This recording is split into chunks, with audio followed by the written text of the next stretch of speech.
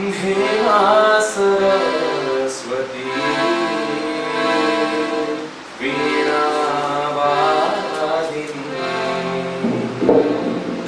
हेमा सरस्वती वीणावादिनी वीणावादिनी विद्यादायिनी हेमा सरस्वती वीणावादिनी सब देवों की तू स्वामिनी सब देवों की तू स्वामिनी सब रागों की तू महारागिनी सब रागों की तू महारागिनी मेरे मन की बीड़ा बजा दे माँ मेरे मन की बीड़ा बजा दे और तन मन को पावन कर दे हेमा सरस्वती वीणावादिनी हेमा सरस्वती वीणावादिनी वीणावादिनी वीणावादिनी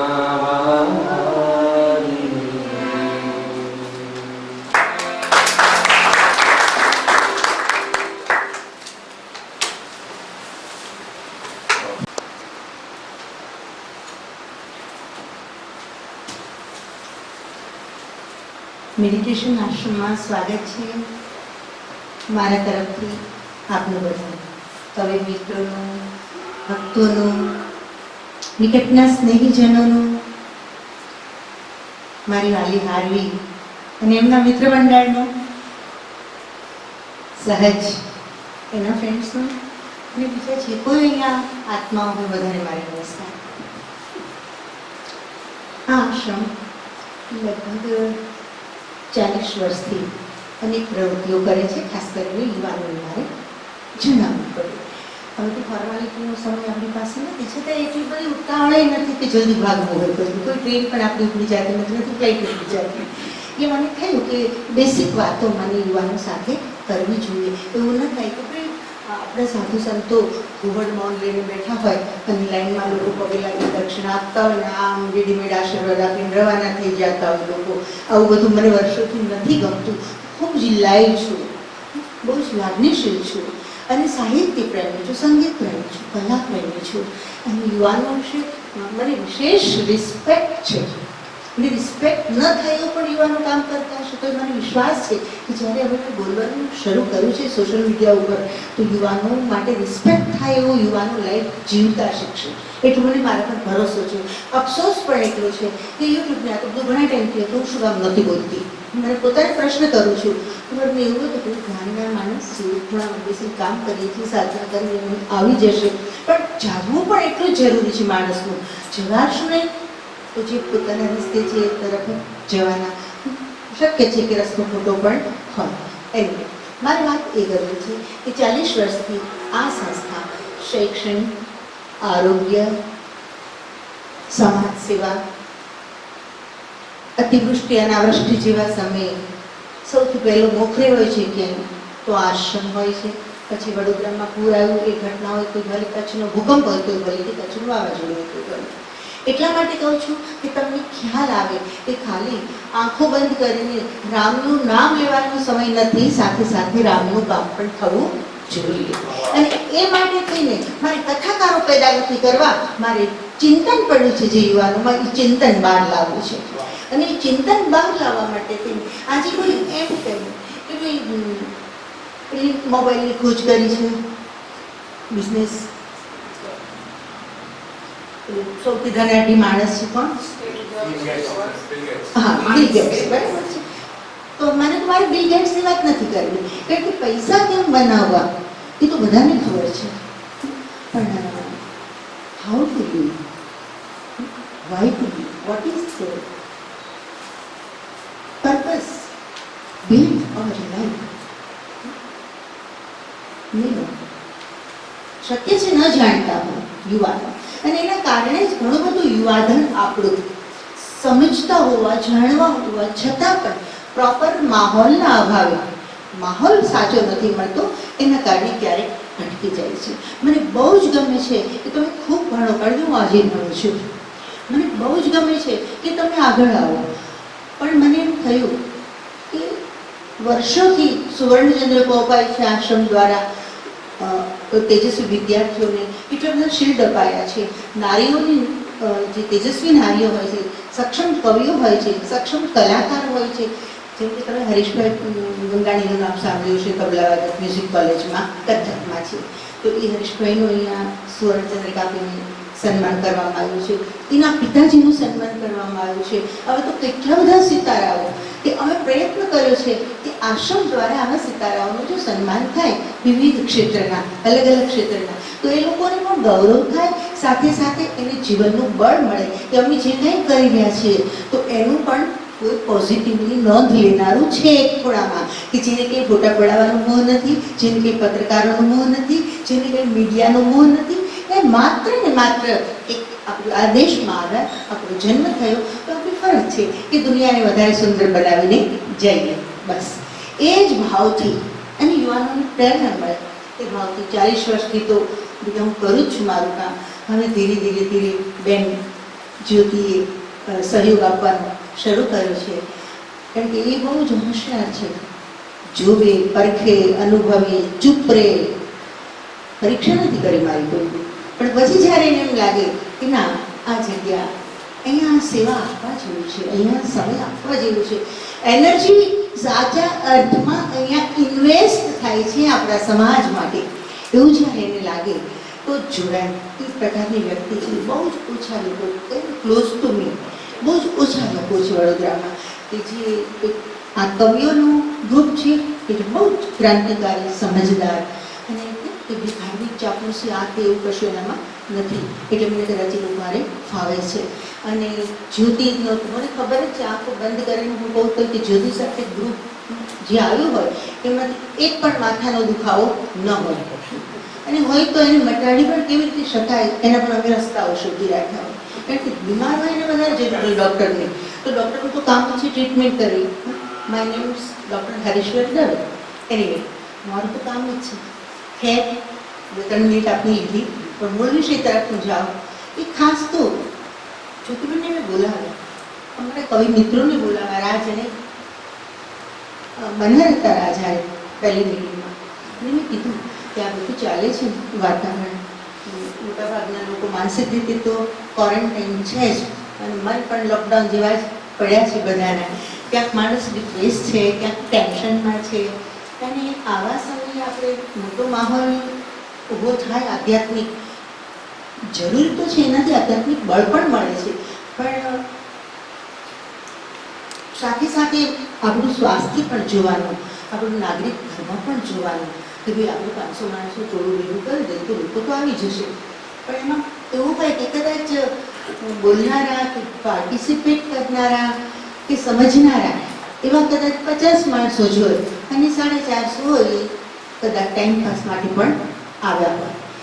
અને આ બધું આપણે ધર્મમાં એક પરંપરા છે, અને અનિવાર્ય દૂષણ તરીકે એને સ્વીકારી લેવાનું, અને સ્વીકારી લીધું છે.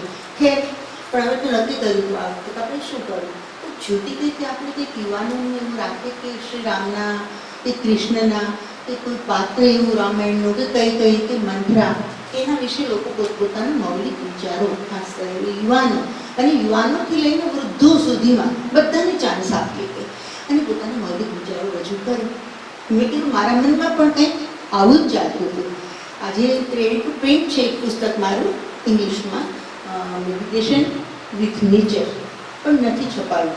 એટલે નથી છપાયું કે અત્યારે ક્યાં આપણે લોકોને દેવા જઈશું, અને 25,000 રૂપિયા હું પુસ્તક છપાવવામાં નાખું એના કરતાં 25,000 ગરીબોને હું ક્યાંક બાંટું તો એ બધું જરૂર છે. જેને અંગ્રેજી વાંચતા નથી આવડતું એવું છોકરું ભૂખું પડ્યું છે ઝૂંપડીમાં ક્યાં, તો મેડિટેશન તો કરી લેશે મોટો થશે તો, પણ અત્યારે એની ભૂખ વધુ મહત્વની છે.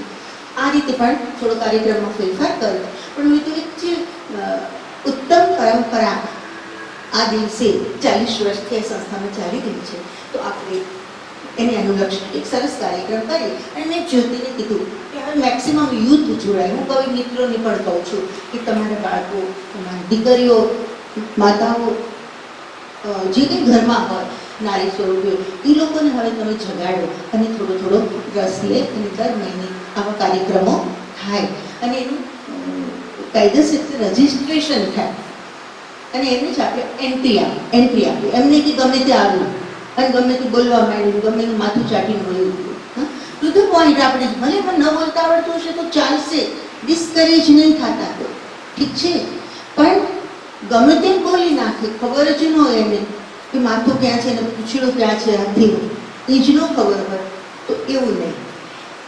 યુવાનોને તો કહેવાની જરૂર જ નથી. ખેર, તો આજે રામના જીવનના જે વિવિધ પાસાઓ છે આ ઘણા બધા છે. આદર્શ પુત્ર, આદર્શ ભાઈ, આદર્શ મિત્ર વગેરે વગેરે.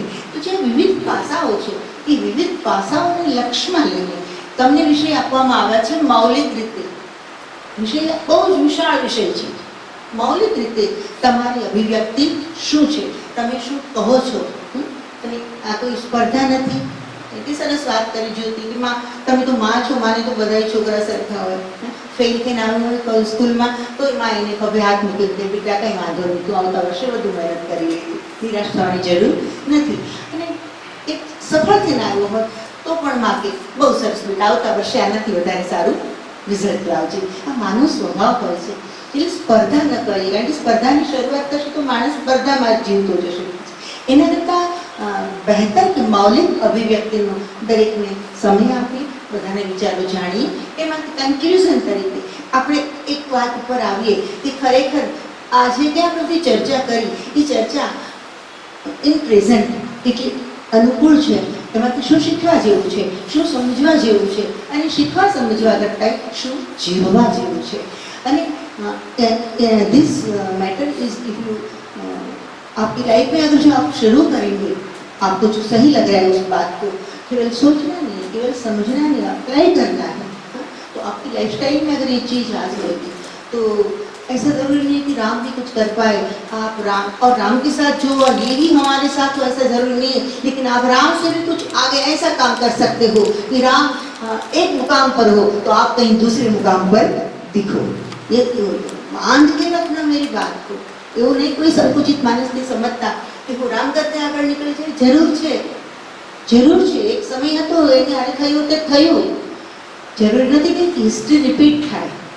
અને એ માટે તમે જાગો, સમજો, કોન્ફિડન્સ સાથે બોલો અને જે આપણે બોલવા જઈ રહ્યા છીએ એ પ્રમાણે આપણે જીવવાના પ્રયત્નો કરીએ. આવા એક ઉત્તમ ઉદ્દેશ્યથી અને આપણા ભારતના યુવાનો સરસ સાહિત્ય છે, ઉત્તમ સાહિત્ય છે, આધ્યાત્મિક સાહિત્ય, પ્રેરણાદાયક સાહિત્ય વાંચતા શીખે.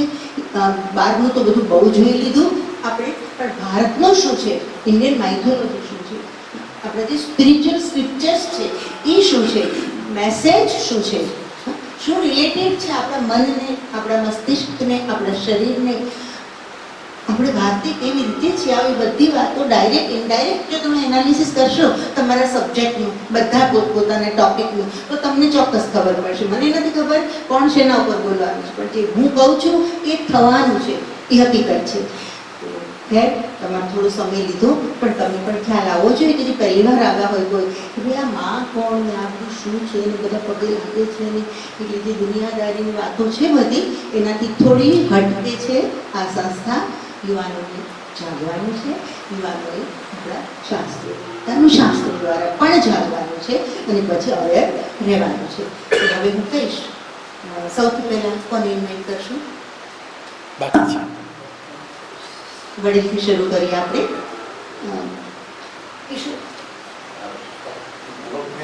માં એવું નહીં કીધું એકચ્યુઅલી કાર્ય શું ચીજનું છે આપણે મને ખ્યાલ હતો. મને કીધું એટલે મેં કીધું કે બે શબ્દોમાં આપણે ફરી સ્વાગત કરશે. અમારું તો અમે ખાલી ટ્રેલર જોયું છે, તમને સાંભળવા જ અમને ખાસ આવે છે. સૌથી છેલ્લા તમને સાંભળવાના છે. છે કે એ વિષ્ણુ ભગવાનના 7th અવતાર છે. આપણે ભગવાન રામથી બહુ બધી વસ્તુઓ શીખી શકીએ છીએ અને રામાયણમાં પણ એ બધી આપેલી છે કે some things are like કે one we should never lie, second we should always try to see good in others, third we should not let others dictate what we should do in our lives. હવે રામ ભગવાન has a set of rules that he always follows religiously. He will of course listen to the elders, but he will not go against his morals.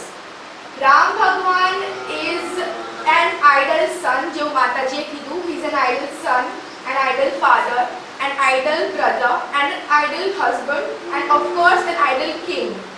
હવે રામ ભગવાન is like the most humble person ever. એ બધાની સાથે સરખી રીતે વાત કરશે, be it the king or the servant in his quarters. He is a very kind person and he thinks about the well-being of others before him. So I would like to conclude by saying that we should try to adapt some qualities of this Lord to better the quality of our lives. Thank you. Have to adopt qualities of Shri Ram always in our life. Okay, fine, very good. રામને જેટલું મેં વાંચ્યું છે, આજે બધું મારે તમારા સામે ખોલ્યું છે. અને આજે હમણાં જ હું અને જય ખાલી એક નાની એવી અમારી વાત થઈ. મને જઈએ કાનમાં કીધું કે મારે આરામથી ખુરશી પર બેસીને મારે બોલવું છે. બીજું શું કામ? તું કે એકદમ ઘર જેવું લાગે છે મને એમ. કારણ કે અમે જ્યારે નક્કી કરતા હતા સાથે બેસીને 3-4 દિવસ પહેલાં અમે બધા સાથે મળ્યા અને અમે ડિસાઈડ કર્યું કે કોણ કયું શું શું બોલવાના છે. તો અમે બધાએ મર્યાદા રાખી કે ચલો 5 મિનિટ હું 5 મિનિટ તું, એવી રીતે આ બધી વસ્તુઓ બોલશું એમ. પણ આજે જ્યારે આ માહોલ જોયો, તમારા બધા વચ્ચે તમારી અભિવ્યક્તિ જ્યારે જાણી, ત્યારે આ તો શું છે એમ, આખી બેઠા બેઠા અમે એક ગ્રંથ લખી કાઢ્યો અમારા મનમાં કે અમારે તમને શું કહેવું છે, અમે જેટલું જાણ્યું છે રામને. તો જોરદાર તાળીઓ તમારા માટે હોવી જોઈએ. કારણ કે તમારા સાઈડથી અમને એટલી બધી એનર્જી મળે છે કે જેટલું પણ રામને આજે જાણ્યા છે ને આટલા વર્ષ સુધી એ બધું તમારા સામે ખોલ્યું છે. હવે આટલા બધા કવિ બેઠા છે આપણા સામે, તો હવે ધ્રુવચારી આવે છે કે હું આ મારી કવિતા તમારા સામે કેવી રીતે બોલું. એટલે મારી કવિતા નથી, કોઈ બીજાની છે, પણ હું મારા મૂળેથી કેવી રીતે કહું, પણ તો પણ હું પ્રયત્ન કરીશ. નહીં કહેવાનું, બિંદાસ. जिंदगी में कुछ पाना आसान नहीं होता, जिंदगी में कुछ पाना आसान नहीं होता, बिना संघर्ष कोई महान नहीं होता. और जब तक पड़े ना पत्थर पर चोट, और जब तक पड़े ना पत्थर पर चोट, एक पत्थर भी भगवान नहीं होता, एक पत्थर भी भगवान नहीं होता. तो તમે વિચાર કરો કે જીવનમાં ભગવાન બનવા માટે એક પથ્થર કેટલી સંઘર્ષ કરવો પડે. તો આપણા જીવનમાં કોઈનું આઈડિયલ, કોઈના આદર્શ થવા માટે કેટલી મહેનત કરવી પડે. ખરી 2 મિનિટ આપણે મનોમંથન કરીએ ને કે હું આજના દિવસે કોઈ એક વ્યક્તિ એવો છે જેનો હું આઈડલ છું, જે મને આદર્શ માને છે, તો કદાચ શૂન્ય જવાબ મળશે આપણને. પણ જ્યારે આપણે રામની વાત કરીએ ને, હજારો વર્ષ વીત્યા પછી પણ જો આજે એ પૂજનીય છે, આજે લાખો કરોડો લોકો જો એને આદર્શ માનતા હોય, તો કેટલો સંઘર્ષ કર્યો હશે એના જીવનમાં, કેટલું એક પથ્થર ઉપર ચોટ પહોંચી હશે ત્યારે એ ભગવાન બન્યા છે. હવે જ્યારે વાત કરીએ ને, હવે આમાં અડધી સ્ક્રિપ્ટ તો તમે જ બોલી દીધી અમારી બધાની, એવું કહી શકાય. બધો સારા જ તમે આપ્યો. પણ હું કહું ને કે આજકાલ લોકોને એવું છે કે હિન્દુત્વ ઉપર વાત આવે ને તો બહુ ગર્વથી છાતી ઠોકીને કહે કે હું હિન્દુ છું, હું હિન્દુ છું. પણ શું ખરેખર હિન્દુત્વનો મને એચ પણ આવડે છે? શું હિન્દુત્વને હું સમજું છું? હિન્દુત્વ આજના લોકોના મતે એવું હોય કે મોટા મોટા બેનર લઈને, બોર્ડ લઈને મારે પ્રદર્શનમાં ઉતરવું કે હું હિન્દુ છું એ બતાવવા માટે. પણ શું હિન્દુત્વના કોઈ પણ જે રામે કીધું છે, શું હું એ આચરું છું મારા જીવનમાં? શું એ ગુણો મારા જીવનમાં આવે છે? હવે હિન્દુત્વના 2 આધાર સ્તંભ છે, એક છે કૃષ્ણ અને એક છે રામ. જીવન કોના વિચારો પર જીવવું જોઈએ એ છે કૃષ્ણ, અને જીવન કોના જેવું જીવવું જોઈએ એ છે રામ. કૃષ્ણ કરે, કૃષ્ણ કે એવું કરવાનું, અને રામ કે કરે એવું કરવાનું. That's it. સિમ્પલ શોર્ટેડ આ ફોર્મ્યુલા છે લાઈફનો. પણ હવે એમાં છે ને, હવે મારે ટ્રેન્ડની વાત કરવી છે. જ્યારે અમે લોકો યંગસ્ટર્સ હોય ને તો અમારામાં ટ્રેન્ડ બહુ ચાલે. અમારા સોશિયલ મીડિયા પર અમારે અડધી જિંદગી અમારી સોશિયલ મીડિયા પર હોય એવું હું માની લઉં છું.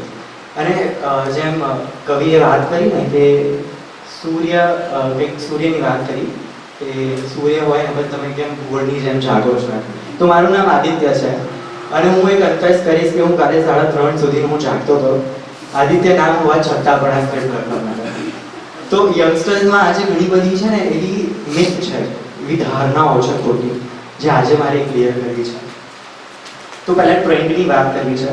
જે સૌથી પહેલા 33 વર્ષ જૂની રામાયણ જે મૂવી ચાલુ થઈ છે, અને લોકો અત્યારે પોતપોતાના સ્ટેટસમાં મૂકે છે અને બધા વોટ્સઅપ પર ફરતા કે બધા ફેમિલી સાથે બેસીને જુએ છે રામાયણ, નાનાથી લઈને મોટા સુધી આમ તેમ. પણ એના જોવાના પાછળનો હેતુ શું છે? જ્યારે રામાયણ પતે એના પછી ફેમિલીની અંદર શું ડિસ્કશન થાય છે કે પહેલાંની રામાયણ કેવી હતી, ત્યારે તો ટેકનોલોજી નથી ને ત્યારે કેવું શૂટિંગ કર્યું હશે ને કેવી રીતે, અને અત્યારની રામાયણ કેવી છે એમ. પહેલાંનો રામ કેટલો હેન્ડસમ લાગતો હતો, અત્યારનો જે હીરો લીધો છે એ સારો નથી. પણ પહેલાંની સીતા નહોતી સારી, અત્યારે બાલાજીની હિરોઈન લીધી છે એટલે અત્યારની રામાયણ સારી લાગે છે. તો આવા બધા ડિસ્કશન ચાલતા હોય છે કે પહેલાંની રામાયણ ને હમણાંની રામાયણ, અને જૂની યાદો તાજા કરવા લોકો જૂની રામાયણ જુએ છે. પણ શું જોવાના પાછળ મારો હેતુ એવું છે કે રામે જેવું જીવન જીવ્યું એ મારે જીવવું છે, એના જેવા ગુણો છે એ મારા જીવનમાં ઉતારવા છે? ના. આપણે ખાલી રામ જ્યારે નામ આવે એટલે આપણને સિરિયલ વાળો રામ દેખાય, પણ એનો આદર્શ, એને શું કામ મર્યાદા પુરુષોત્તમ કહેવાતું એ બધું જ ભૂલી જવાય. એ પણ બીજો ટ્રેન્ડ છે ફાધર્સ ડે અને મધર્સ ડેનો, જે યંગસ્ટર્સમાં ઓફકોર્સ વધારે છે. એટલે ફાધર્સ ડે હોય હમણાં જે ગયો એમાં બધા પોતપોતાના કેક લાવે ને પછી ફેમિલીમાં કેક કટિંગ કરે ને પપ્પાને થેન્ક યુ કે એક દિવસે કે તમે મારી ફીસ ભરી ખાતો છો ને માત્ર કરીને આઈ ડોન્ટ નો. પણ શું ખરેખર ફાધર્સ ડે અને મધર્સ ડે આપણી સંસ્કૃતિમાં છે? તો એનું આપણા સંસ્કૃતિમાં શું નામ છે? તો કે રામનવમી. રામનવમી ઉજવીએ છીએ આપણે બધા, એ દિવસે બહુ રામ ભક્ત થઈ જઈએ છીએ. સ્ટેટસ પર આપણે હેપી રામનવમી ને ફોરવર્ડ મેસેજ વોટ્સએપ પર મોકલીએ છીએ, નો ડાઉટ, એનો કંઈ જ વાંધો નથી.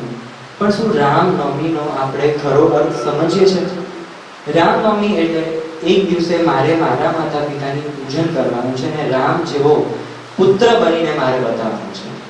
એના 365 દિવસ એમના ચરણ ચૂમીને મારે કહેવાનું છે કે હું રામ બનીને બતાવીશ, એના ગુણો મારા જીવનમાં આવે છે. પણ એ બધું હવે ખાલી મટીરિયલિસ્ટિક થઈ ગયું છે આજના લાઈફમાં. અને જ્યારે યુવાનોની વાત આવે ને ત્યારે યુવાનો કોણ જાણે કેમ કે બીજી બધી જ સંસ્કૃતિ તમે ઉઠાઈને જોઈ લો, બીજા બધા જ ધર્મો જોઈ લો, કેમ એ લોકો હિન્દુત્વ કરતાં આગળ છે? કેમ આપણા હિન્દુત્વમાં આપણે આટલી બધી છૂટછાટ આપી છે કે તમે સમજો તો તમારે અપનાવવાનું.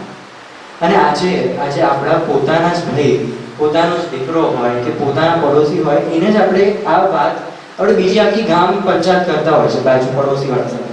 પણ એક પણ વિષય શું, હું હિન્દુ છું તું હિન્દુ છે અને એનો સ્તંભ શું છે એની વાત કરી છે કોઈ દિવસ? બે ઘડી બેસીને પોતાના દીકરા સાથે નવી પિક્ચર કઈ આવી છે એનું ડિસ્કશન કર્યું છે, નવી ન્યૂઝ શું ચાલે છે એ ડિસ્કસ કર્યું છે? પણ શું કોઈ દિવસ રામના વિશે ડિસ્કશન કર્યું છે આપણે? તો કદાચ ના જશે જવાબ, હું તો કહું છું. કારણ કે જ્યાં રામ અને કૃષ્ણનું ઘરની અંદર ડિસ્કશન ના હોય તો એ ઘર કેવી રીતે સમય મારો પતિ જાય તો મને કહી દેજો, બીકોઝ તો મારી કેસેટ ચાલ્યા રાખશે. ઓકે, તો એ મહત્વનું છે કે આ બધું ટ્રેન્ડ ફાધર ને બધું વેસ્ટર્ન કલ્ચર છે અને એને સેલિબ્રેટ કરવાનું પણ કોઈ જ વાંધો નથી. પણ જ્યારે રામનવમી આવે ત્યારે એ સમજવાનું પણ આપણો એ રિસ્પોન્સિબિલિટી છે કે ચલો ભલે Father's Day Mother's Day western culture અપનાવીએ. કારણ કે હું એવું માનું છું કે જીન્સ પહેરીને જગદીશને પમાય કેમ ના પમાય? કારણ કે રામ પણ રાજા હતા, શ્વેત વસ્ત્રો એમાં પહેર્યા હતા. તો હું પણ આ જનરેશનમાં થઈને રામને ભજી શકું છું. એના માટે મારે સંન્યાસ લેવાની જરૂર નથી.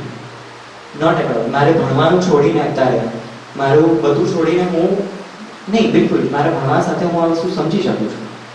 તો આ એક ધારણા છે જે વેસ્ટર્ન કલ્ચર અને આપણા કલ્ચર વચ્ચે બહુ ક્લેશ થાય છે અને એના કરતાં એટલું હાવી થઈ જાય છે કે આપણે આપણું કલ્ચર ભૂલી શકીએ છીએ.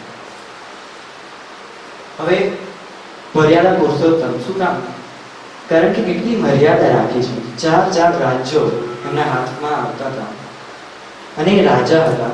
આ એક એવો પુત્ર હશે જેના આપણે યુઝ્યુઅલી કહેતા હોય પોતાના ઘણા બધા આખા દુનિયામાં પપ્પાને એવી કમ્પ્લેન હોય કે મારો દીકરો મારું સાંભળતો નથી, હોય છે.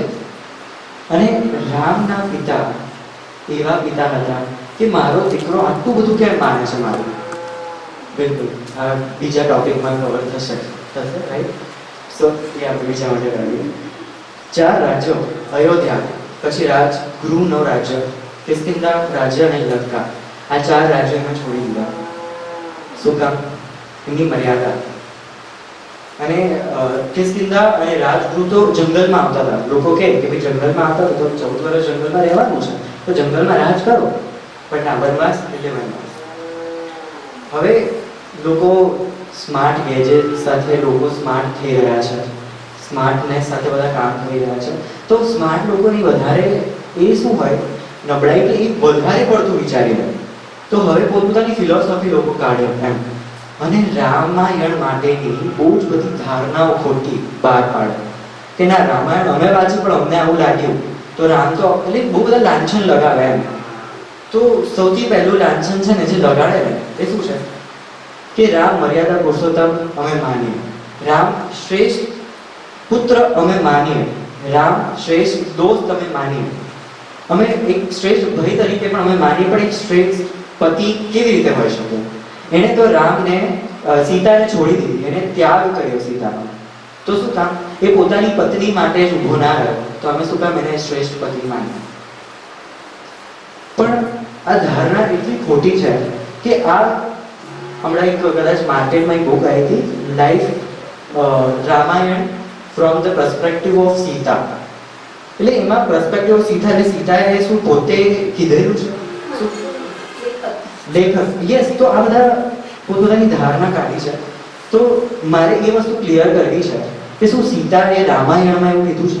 શું વાલ્મીકીએ રામાયણમાં કીધું છે કે સીતાને આ વસ્તુનો વાંધો હતો? બિલકુલ નહીં. રામાયણમાં વાલ્મીકીએ એવું કીધું છે કે એક પતિએ પત્નીનો ત્યાગ નથી કર્યો, એક રાજાએ રાણીનો ત્યાગ કર્યો છે. કારણ કે જ્યારે ચલો ત્યાગ કર્યો એના પછી જ્યારે એમનો રાજધર્મ, જ્યારે રાજયોગ, જ્યારે એનું સિંહાસન પર જ્યારે બેસવાનું છે એક સેરેમની હોય છે ત્યારે યજ્ઞ થાય છે. અને યજ્ઞમાં એ કહે છે કે આપણા વેદોમાં અને આપણા સંસ્કૃતિમાં એવું લખ્યું છે કે જ્યારે તમે રાજા બનો ત્યારે તમે બીજી પત્ની કરી શકો એમ. તો રાજા રામે ત્યારે ચોખ્ખી ના પાડી દીધી કે મારા હૃદય સિંહાસન પર સીતા સિવાય બીજા કોઈનો હક નથી. કેમ? એ તો રાજા હતો ને, બહુ જ મોટો રાજા હતો, તો એ તો લગ્ન કરી શકે, કેમ ના કરી શકે? 100 રાણીઓ કરી શકે, પણ શું કામ નહીં એક પણ લગ્ન કેમ નહીં સીતા પછી? એ કોઈ દિવસ આપણે વિચાર્યું છે? અને સીતાએ કોઈ દિવસ તો કીધું જ નથી. ના વાલ્મીકી એવું કહે છે કે સીતાની વસ્તુનો વાંધો હતો. કારણ કે જ્યારે તમારો દાંપત્ય ધર્મ પહેલા રાજધર્મ આવે તો તમારે બંનેમાં જો તમારે ચોઈસ કરવાનું હોય તો તમારે રાજધર્મ જ ચૂઝ કરવાનો હોય એવું અંદર લખેલું છે ચોખ્ખા શબ્દે. તો રામે એ વસ્તુનું પાલન કર્યું છે. અને સીતાએ જ્યારે આપણે અત્યારે જોઈએ છે કે શહીદો થાય છે આપણા દેશમાં, અને અત્યારે રિસન્ટલી પણ બધા શહીદ થાય છે, તો એ લોકોની ઘરે પત્ની હશે, એ લોકોની બેન હશે. જ્યારે જે પત્ની હોય, જ્યારે પોતાના પતિ પોતાના સુહાગને જ્યારે ગુમાવે ત્યારે શું કહે છે ખબર છે? એ એટલું જ કહે છે કે દેશ અને રાષ્ટ્રના માટે જો એને જાન ગુમાવી છે તો મને ગર્વ છે એના માટે. તો રાજધર્મ માટે જો રામે મને ત્યાગી છે તો મને એ વસ્તુનો ગર્વ છે, એવું સીતા કહે છે. તો બીજા બધાને એના પર વાંધો પેલું કહે છે ને કે મિયા બીબી રાજી તો ક્યાં કરેગા કાજી. જો પતિ પત્ની રાજી હોય તો ઘર બાપાને બોલવાની શું જરૂર છે એની અંદર? તો એવું લોકોની એ ધારણા મારે ખતમ કરવી છે કે સીતાને વાંધો જ નથી. અને પછી જ્યારે યજ્ઞ થયો ને ત્યારે સોનાની મૂર્તિ રામે બનાવી અને બાજુમાં બેસાડીને આખો યજ્ઞ પૂરો કર્યો. અને એને શંકા જ નહોતી. એને કીધું તું રામે કે મને તો સહેજ પણ શંકા નથી તારા ઉપર, પણ આ તો મારા ઉપર નાચે છે ને એ મને કહે છે. અને રામની પહેલા એમના જે કુળગુરુ આવે ને એ મળે, એ કે એટલે રામને પણ બદલી શકે.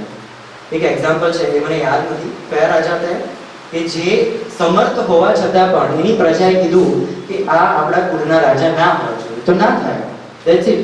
પ્રજા કે એ થવું જોઈએ. તો પ્રજા માટે રાજાએ રાણીનો ત્યાગ કર્યો છે રામાયણ. બીજી એક મિથ છે, ધારણા છે, એ કૈકેયીના માટે છે. કૈકેયીના ઉપર લોકો બહુ જ કાદવ ઉડાવે છે કે કૈકેયી આવી છે. કૈકેયીના મનમાં કશું જ નહોતું રામ માટે. એ જ્યારે મંથરા સાથે વાત કરતી હતી ત્યારે હજી પણ મારો દીકરો છે એવું જ રીતે એને સંબોધતી હતી. પણ જ્યારે તો જ્યારે આપણે વાત કરીએ કે મંથરાના ઇન્ફ્લુઅન્સમાં એને કૈકેયીએ એવું કહી દીધું કે બસ મારે મારા દીકરાને જોઈએ છે બસ રાજ્ય.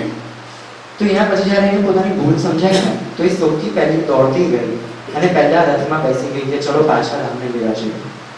તો એ વ્યક્તિના મનમાં 1% પણ ખોટ કેવી રીતે હશે. અને છેલ્લું એક મિથ છે જે ક્લિયર કરવા માંગીશ, એ રાવણ પ્રત્યે છે. હવે જે મોટા મોટા લોકો છે, ફિલોસોફર્સ છે, જે રિસર્ચ કરતા હોય આપણા ધર્મો ઉપર અને રિસર્ચ કરીને પણ એને અપનાવતા ના હોય, જરૂર પડે એવું કહેતા હોય કે રાવણ એ બહુ જ ઉચ્ચ કોટીનો બ્રાહ્મણ હતો અને એ બહુ જ જ્ઞાનવાદી હતો, એ આમ હતો, બહુ સારો વ્યક્તિ હતો. એ સારો વ્યક્તિ કેવી રીતે હોઈ શકે જો એને જ એનું વર્ધન કરવા માટે રામે ભગવાને પોતે જન્મ લેવો પડે? તો એ હોય જ ના શકે સૌથી પહેલા. અને નો ડાઉટ એ એક જ્ઞાની હતો, એ એક અખંડ તપી હતો જ. કારણ કે એના પોતાના મસ્તકને કાપીને જ્યારે એ યજ્ઞ કરે છે, પણ એના પાછળનો હેતુ શું છે? એ બધું કરે નો ડાઉટ, પણ એના પાછળનો હેતુ શું છે? બધી જ શક્તિઓ એને મેળવી છે અને એ શક્તિઓ મેળવીને પણ એને ભગવત કાર્યમાં નથી વાપરી, એને શક્તિઓનો દુરુપયોગ કર્યો છે. જ્યારે એના પાસે ઓપ્શન હતો, જ્યારે એના પિતા બ્રાહ્મણ હતા અને જ્યારે એના મમ્મી રાક્ષસી કુળના હતા, તો એના પાસે એ હતો કે ભાઈ તારી પાસે બે ઓપ્શન છે, તો એને શું કામ રાક્ષસીનો ધર્મ અપનાવ્યો? બ્રાહ્મણ ધર્મ કેમ એના મોટા ભાઈની જેમ નાના ભાઈની જેમ એને અપનાવ્યો? એના પાસે ઓપ્શન હતો પણ ના. તો એ કોઈ દિવસ રાવણ સારો વ્યક્તિ ના હોઈ શકે. સો ધીસ વોઝ સમથિંગ કે જે મેં વાંચ્યું અને મેં આ કન્ક્લુઝન પર ઉતર્યો છું. અને છેલ્લી ફરી એક પંક્તિ કહીશ. हम मन में भी कह दे जय श्री राम, हम मन में भी कह दे जय श्री राम, तो बुराई कांपने लगती है सुनकर ये पवित्र नाम. रावण सबके मन में है, रावण सबके मन में है, पर राम अभी तक वन में है. रावण सबके मन में है पर राम अभी तक वन में है. बुराई दम तोड़ देगी, बुराई दम तोड़ देगी, इसमें कितना जोर है. अब तो चारों ओर राम नाम का ही शोर है, अब तो चारों ओर राम नाम का ही शोर है. सारी दुनिया जाती है जिसके शरण में, सारी दुनिया जाती है जिसके शरण में, मेरा शत शत नमन है प्रभु श्री राम के चरणों में. प्रभु श्री राम. कुछ भाई ने बोला उससे जरा हट के मैं बोलता हूँ कि एक ऐसा शेर है कि गमों ने एक भी अरमा मेरा जिंदा नहीं छोड़ा. गमों ने एक भी अरमा मेरा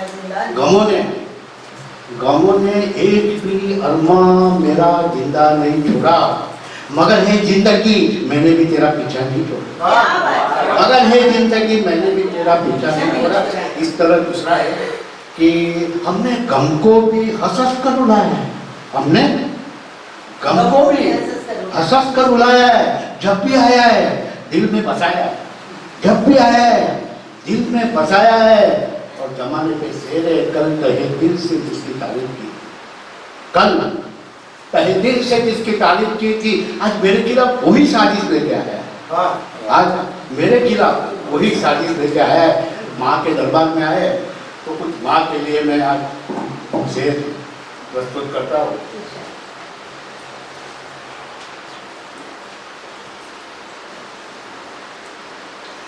वहां पे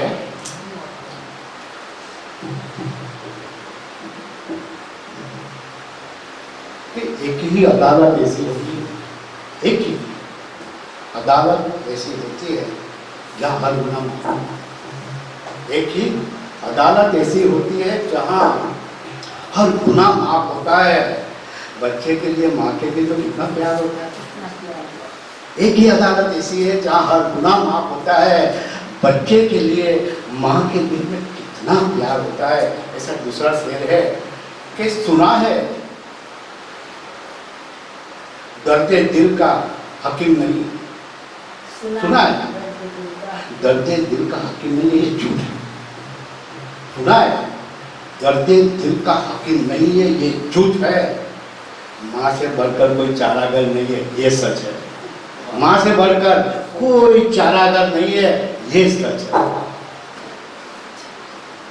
और बच्चे के लिए माँ को बहुत सहना पड़ता है। बच्चे के लिए माँ को बहुत सहना पड़ता है। बच्चा तो माँ के दिल का कहना होता है। बच्चा तो माँ के दिल का कहना होता है। बच्चे के लिए माँ को बहुत सहना पड़ता है। बच्चा तो माँ के दिल का कहना होता है। और एक शेर है कि जिस तरह अर्जुन ने किशन का साथ मांगा, जिस तरह अर्जुन ने किशन का साथ मांगा था, मैंने भी घर के बंटवारे में माँ को ही मांगा था। मैंने ही घर के बंटवारे में माँ को ही मांगा था। मैंने ही घर के बंटवारे में माँ को ही मांगा था।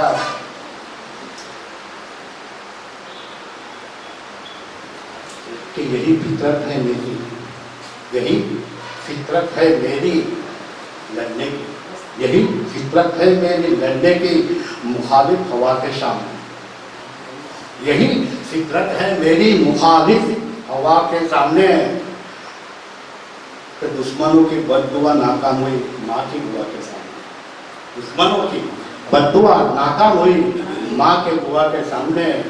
और आखिरी शेर है जो माँ को बहुत पसंद है कि 56 भोग से भी बेहतर मिठाई मैंने खाई।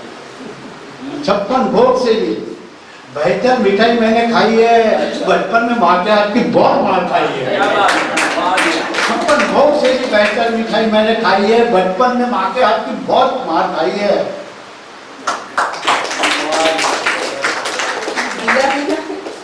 दिया हेलो लाले तो ये दिया पहली बार हम बोલી રહી છે આવી રીતના તો માફ કરજો। અને આજના માતાજીના પાવન જન્મ દિવસ પર અવતરણ દિવસ પર હું સૌને એમને અને સૌને જય શ્રી કૃષ્ણ કહેવા માંગીએ છીએ। એટલે આજે આપણે બધા રામ વિશે જોઈ રહ્યા છે તો બધાને શું લાગે કે એક આદર્શ પતિ છે, એક આદર્શ પુત્ર છે, કે પછી એક આદર્શ ભાઈ છે, મિત્ર છે। પણ હું એક યુથ તરીકે હું કેવી રીતે જોઉં છું એના વિશે હું તમને કહેવા માંગીશ કે હું MBAની સ્ટુડન્ટ છું। દેખા પરથી લાગે નહીં પણ છું। તો એટલે હું એ MBA પર્સપેક્ટિવથી રામને જોઉં છું, એક આઇડલ તરીકે રામને જોઉં છું। તો કેવી રીતે એમનામાં એક મેનેજમેન્ટના એવા ગુણો છે જે આપણે લાવી શકીએ। બધાને નવાઈ લાગતી હશે કે મેનેજમેન્ટના પર્સપેક્ટિવથી કેવી રીતના છે। બિલકુલ છે, એમનામાં ઘણા બધા એવા ગુણો છે કે આપણે લઈ શકીએ છીએ।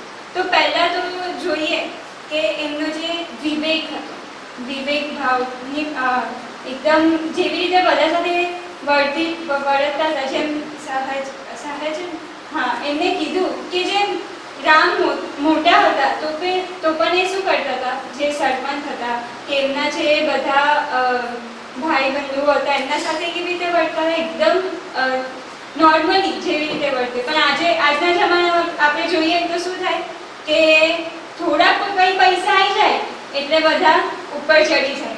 આજુબાજુના પોતાના ઘરે જે સરપંચ હોય ને એને બી તું તા કરીને બોલાવે કે પછી આમ એકદમ તરછોડી ભાષાથી બોલાવે।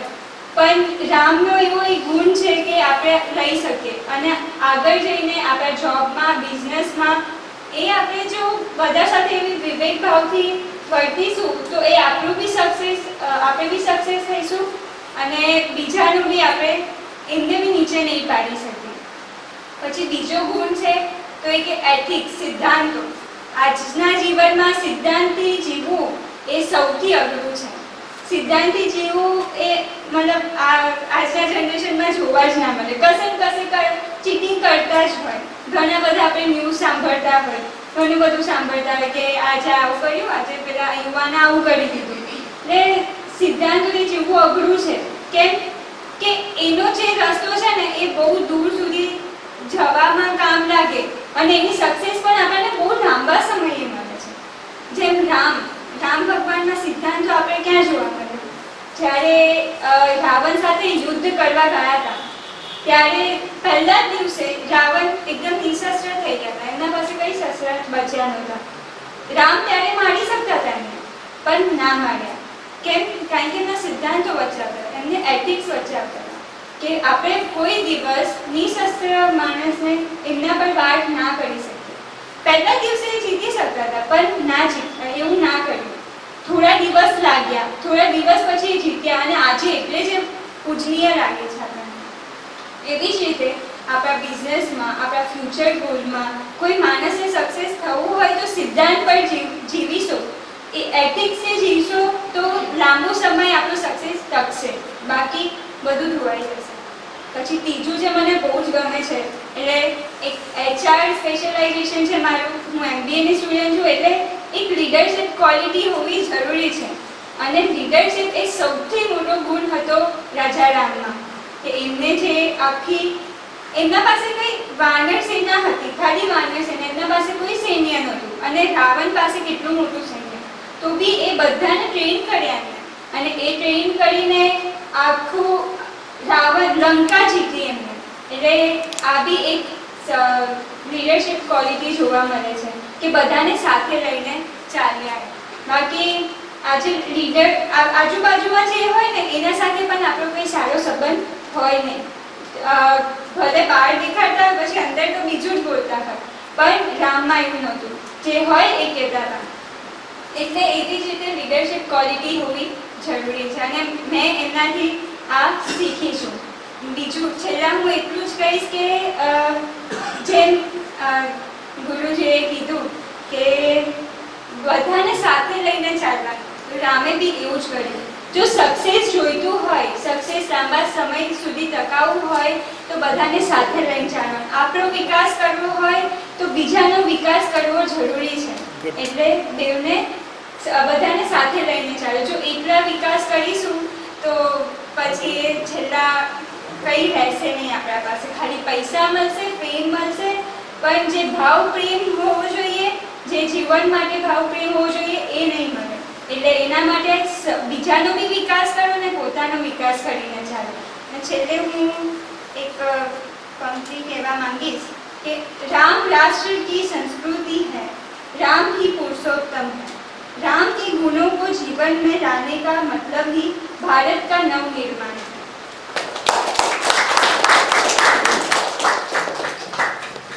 છે કે જાનકીની જીત આગળ રામ પણ લાચાર છે, એટલે તો આ જગતમાં રાવણો ફાળા, એટલે તો આ જગતમાં રાવણો ફાળા. રાવણો કેમ ફાવે છે કે જાનકીઓ જીત કરે છે, સોનાનો મૃગ જોઈએ.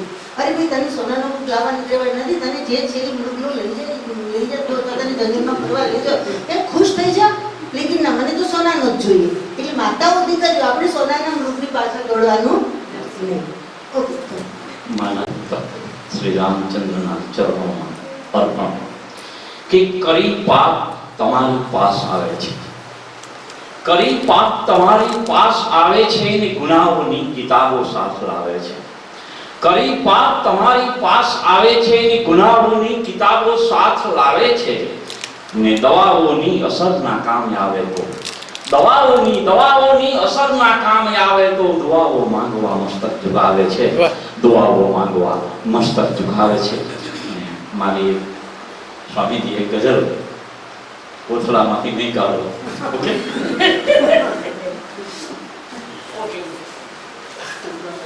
કે એમના ઘરમાં ભલે ઘી દૂધ રેલમ છેલ છે, એમના ઘરમાં ભલે ઘી દૂધ રેલમ છેલ છે, એ છાશ ફૂંકીને પીવે એ દૂધનો લાજેલ છે. એ છાશ ફૂંકીને પીવે એ દૂધનો બારેલ છે. અને દો ભલે ટેકો તમે પણ એમ ઊભા થાય નહીં. દો ભલે ટેકો તમે પણ એમ ઊભા થાય નહીં. કોઈ કારણવશ એ ભીતરે ભાંગેલ છે. કોઈ કારણવશ એ ભીતરે ભાંગેલ છે ને રોગ પકડાતો નથી. પણ પ્રેમ જેવું હોય કંઈ રોગ પકડાતો નથી. પણ પ્રેમ જેવું હોય પણ આંખોમાં આંખો પરોવી જો એ નજર બાંધેલ છે. આંખોમાં આંખો પરોવી જો એ નજર બાંધેલ છે. અને શેર સાંભળજો કે નવવધૂની જેમ ઈચ્છાને શણગારી હતી. નવવધૂની જેમ ઈચ્છાને શણગારી હતી. હાથ પીળા ના થયા એ તકદીરનો ખેલ છે. હાથ પીળા ના થયા એ તકદીરનો ખેલ છે. ને મન તકલ સુમન છે કે વાળ ઠેકીને આવે સુગંધી ચોરવા. કે વાળ ઠેકીને આવે સુગંધી ચોરવા. તું સુમન રોકી શકે નહીં એ પવન જરા વંઠેલ છે. તું સુમન રોકી શકે નહીં એ પવન જરા વંઠેલ છે. એમના ઘરમાં ભલે ઘી દૂધ રેલમ છેલ છે. છાશ ફૂંકીને પીવે એ દૂધનો રાજેલ છે. ગઝલની એક વિશેષતા હોય છે કે પ્રત્યેક શેર એનો સ્વતંત્ર હોય. તમને એમ થાય એકમાં ટેકો આપવાનું અંદરથી ભાંગેલાની વાત આવે છે, બીજી તરફ આ પવન વંઠેલો છે એ વાત આવે છે, તો આ એક વાતની સાથે બીજી વાતનો મેળ નથી. આવું થાય કદાચ, અને એજ્યુકેટેડ લોકો હોય એને જલ્દી આવું થાય. પણ ગઝલનો એક નિયમ છે, એનો પ્રત્યેક શેર સ્વતંત્ર હોય છે. એક શેર રાષ્ટ્રભક્તિને પણ લાગુ પડતો હોય, એક શેર એનો વ્યક્તિગત પ્રેમને લાગુ પડતો હોય, એક શેરમાં વળી કંઈક મુહાવરા આવીને દૂધનો દાજેલ ને છાશ ફૂટીને પીવે. તમે નાનપણમાં ભણ્યા હશો કહેવતો અને મુહાવરાઓને. એટલે આ પણ એક બધી મજા છે સાહિત્યની પણ, કલાની પણ. ઠીક છે, ફાઇન. કોણ આવે છે હવે બોલવા? ગુડ મોર્નિંગ બધાને. તો માઇથોલોજી એક એવો સબ્જેક્ટ છે ને કે મેં એટલું ઇન ડેપ્થ કોઈ દિવસ સ્ટડી એને નથી કર્યું. ધ ઓનલી વે જેનાથી મને રામાયણ અને મહાભારત ખબર છે વોઝ બિકોઝ ઘરે 2 બુક્સ હતી. એક રામાયણ હતી અને એક મહાભારતની હતી. અને જ્યારે બીજું કશું નહીં હોય ત્યારે જે હોય એ તમે વાંચવા માંડો. એટલે એ વખત વાંચવા માંડેલી. તો એ વખત મેં આ બંને બુક્સ ફિનિશ કરેલી. This was back when I was in I think 9th standard 10th standard. અને પછી એ જ બુક્સ ત્યાં ડાઇનિંગ ટેબલ પર એ 2 જ બુક્સ હોય. તો જમતા એ 2 બુક્સ સિવાય તમારી પાસે કોઈ ઓપ્શન નહીં હોય. એટલે એ જ 2 બુક્સ હું રિપીટેડલી વાંચતી હતી.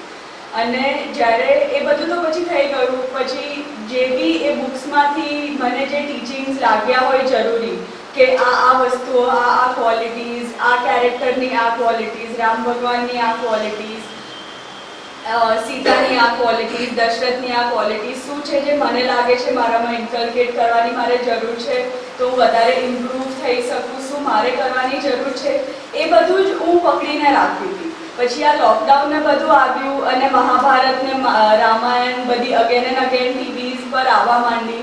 મારા બધા જ ફ્રેન્ડ્સ, બધા ફેમિલીવાળા, તમે જેની બી સાથે વાત કરો બધા એ જ જોતા હતા. અને આજ સુધી અમારા ઘરમાં બિકોઝ ટીવી નથી, અમે કોઈ દિવસ જોયું નથી. તો મને દર વખત જેટલી વાર મારા ફ્રેન્ડ સાથે વાત થાય એટલી વાર ફોન મૂકીને મારું અંદર મારા મનમાં એ જ ડિસ્કશન ચાલતું હોય કે તમે આટલું બધું જોયું, તમે આટલું બધું કેરેક્ટર્સને, એક્ટર્સને અપ્રિશિએટ કરો છો, બટ તમે એમાંથી લીધું શું? અને જ્યારે તમે એમાંથી લીધું નથી, જ્યારે તમે એમાંથી કંઈ ઇન્કલ્કેટ કર્યું નથી, તો પછી જોવાનો મતલબ શું છે? તો પછી તમે રામાયણ અને મહાભારત કોઈ બી નોર્મલ મૂવી કે ટીવી સિરીઝના જેમ જોઈ લીધી, જે એનો મતલબ છે જ નહીં, જે એનો અર્થ છે જ નહીં. અને આ વસ્તુ ઘણી બધી વાર મને એવું લાગતું કે અચ્છા હવે બધા જુએ છે, બધા આટલું બધું અપ્રિશિએટ કરે છે, તો મારે બી કરવું જોઈએ, મારે બી એકાદ એપિસોડ કંઈક તો ઇન્ટરનેટ પરથી જોઈ લેવું જોઈએ, તો મને બી ખબર પડે કે ના લોકો કહે છે કે એમાં સમજાવે બી બહુ સારી રીતે છે, બધી શિક્ષણો બી બહુ સારી આપે છે ને એવું બધું છે. અને એટલામાં જ અમારા ડ્યુટીનું અનાઉન્સ થયું કે અમારે લોકોએ બી એઝ ડેન્ટલ ઇન્ટર્ન્સ અમારે બી ડ્યુટીમાં જવાનું છે. હવે લોકલાઇટ્સ જે બી અમદાવાદના હતા એ બધા જઈ રહ્યા હતા અને હોસ્ટેલવાળા કોઈ બી આવવા તૈયાર નહીં હતું. બધાએ ડિસાઈડ કરેલું કે આપણે બધાએ વિરોધ કરવાનો છે કે ત્યાં બધા MBBS ડૉક્ટર્સ છે જ ને, આપણે જવાની શું જરૂર છે. તો એ દિવસે બહુ ડાયલેમાં ચાલી રહ્યો હતો. મને જવાની ઈચ્છા હતી પણ બધા હોસ્ટેલવાળા ના પાડી રહ્યા હતા. અને હોસ્ટેલવાળા એટલે 70% of my entire batch is હોસ્ટેલવાળા. તો everybody is from all different cities in Gujarat. તો હું બહુ કન્ફ્યુઝ થઈ રહી હતી. હું મમ્માને કહું સારું મમ્મા હું જવાની છું, મારા નાસ્તોને બધું તૈયાર રાખજો. પછી 1 કલાક પછી કહું ના મમ્મા હું નથી જવાની, તો સોરી તમે જરા મહેનત કરી, અમે અહીંયા ખાઈ લઈશું બધું ને એવું બધું. તો એવું દિવસમાં 3 થી 4 વાર થયું. એન્ડ નેક્સ્ટ ડે જ્યારે, અને એ દિવસ મમ્માનો વેન્સડે હતો. મમ્મા વેન્સડેના બોલે નહીં, એમનું મૌન હોય એવરી વેન્સડે. તો વેન્સડે આ બધું ચાલ્યું અને થર્સડે સવારે હજી તો હું ઉઠી છું, મેં ચશ્મા બી નથી પહેર્યા. અને એ વખત મને મમ્માએ એવું કીધું કે તારે અમદાવાદ જવાનું છે, ભલે તને કોઈ કંઈ બી કે તારી ડ્યુટી બધી વસ્તુ કરતાં પહેલાં આવે છે. તો એ વખત મને રિયલાઇઝ થયું કે ભલે મેં આટલું બધું જેવી રીતે બધા અમારા આસપાસના બધા લોકો રામાયણ જુએ છે ને કરે છે એ બધું ભલે મેં નથી કર્યું, પણ એની values my parents have made sure કે એ મારામાં આવે. અને એ એક એવો ટાઈમ હતો કે 15 દિવસ સુધી હું એકલી હતી હોસ્ટેલમાં. જે અમારા પીજીસ હતા એ લોકો 5-6 જણા હતા અને લોકડાઉન હતું, કશું બહાર મળતું નહીં હતું. ત્યારે એ 15 ડેઝ અમે લોકોએ ખાલી રાઈસ ખાઈને, ખાલી દૂધ પીને ને એવી રીતે 15 ડેઝ હોસ્ટેલમાં કાઢેલા. અને એ વખત છે ને સ્ટાર્ટિંગમાં અમને થર્મલ સ્ક્રીનિંગની ડ્યુટી હતી. તો બધા એવું કહેતા હતા કે થર્મલ સ્ક્રીનિંગ તો કોઈ બી કરી શકે, એમાં ડૉક્ટર્સને મૂકવાની શું જરૂર છે. એ વખત મારા મમ્માએ કીધેલું કે જ્યારે કોઈ બી સંપત્તિ આવે, જ્યારે કોઈ બી આપત્તિ આવે છે ત્યારે તમારે એ લોકોને મેન પાવરની જરૂર છે, એ લોકોને તમારા સ્કિલ પાવરની નથી જરૂર. તો કાલે ઉઠીને જો તમને પોતું બી કરાવે તો બી ચૂપચાપ તમારે કરવાનું છે, બિકોઝ તમારી ડ્યુટી તમારી લાઈફ કરતાં પહેલાં આવે છે. અને તમે તમારી બધાની મતલબ તમારે સંભાળ રાખવાની છે, પોતાની ઇમ્યુનિટી બી સાચવવાની છે, બધું કરવાનું છે. બટ જસ્ટ બિકોઝ બીજા કોઈને આ વસ્તુ રિયલાઇઝ નથી થઈ એનો મતલબ એવું નથી કે તમે બી પાછા રહી જશો. કે અને જ્યારે આદિત્યએ કીધું કે રામે વાઈફને નહોતું ત્યાગ્યું, રામે એક એઝ અ કિંગ એમને ક્વીનને ત્યાગેલું. એન્ડ એ જ વસ્તુ એને ક્લિયર કરી, બિકોઝ મને ઓલ ધ વાઇલ એવું જ લાગતું હતું કે on that front I don't agree with Ram ભગવાન્સ આઈડિયલ્સ કે એમને એમની વાઈફનો ત્યાગ કરેલો, that is not done. But આજે આદિત્યએ ક્લિયર કર્યું ને એના પરથી મને રિયલાઇઝ થયું કે મમ્માએ બી ડિફરન્ટ ફોર્મમાં, મમ્મા અને ડેડીએ મને એ જ વસ્તુ કીધેલી કે તારે ડ્યુટીના સામે બીજી બધી વસ્તુ ત્યાગવાની છે. તો દેટ મીન્સ કે that ideal I followed and my mom and dad they have made sure that I and Sahaj and everybody જેટલા બી અમારા ઘરમાં નાના મોટા છે બધાને ભલે ખોટું લાગે પણ અગર મમ્મા અને ડેડીને કંઈ લાગતું હોય કે ના આ તમારે કરવાનું છે તો ભલે એમની સામે એ મોમેન્ટમાં ખરાબ દેખાય but they will make sure કે they do that. So that is what my take on the entire mythology is કે as a youth I want to take the ideals from it. I want to take the characteristics, the qualities in me અને એનાથી મારે મારું જીવન આગળ વધારવું છે.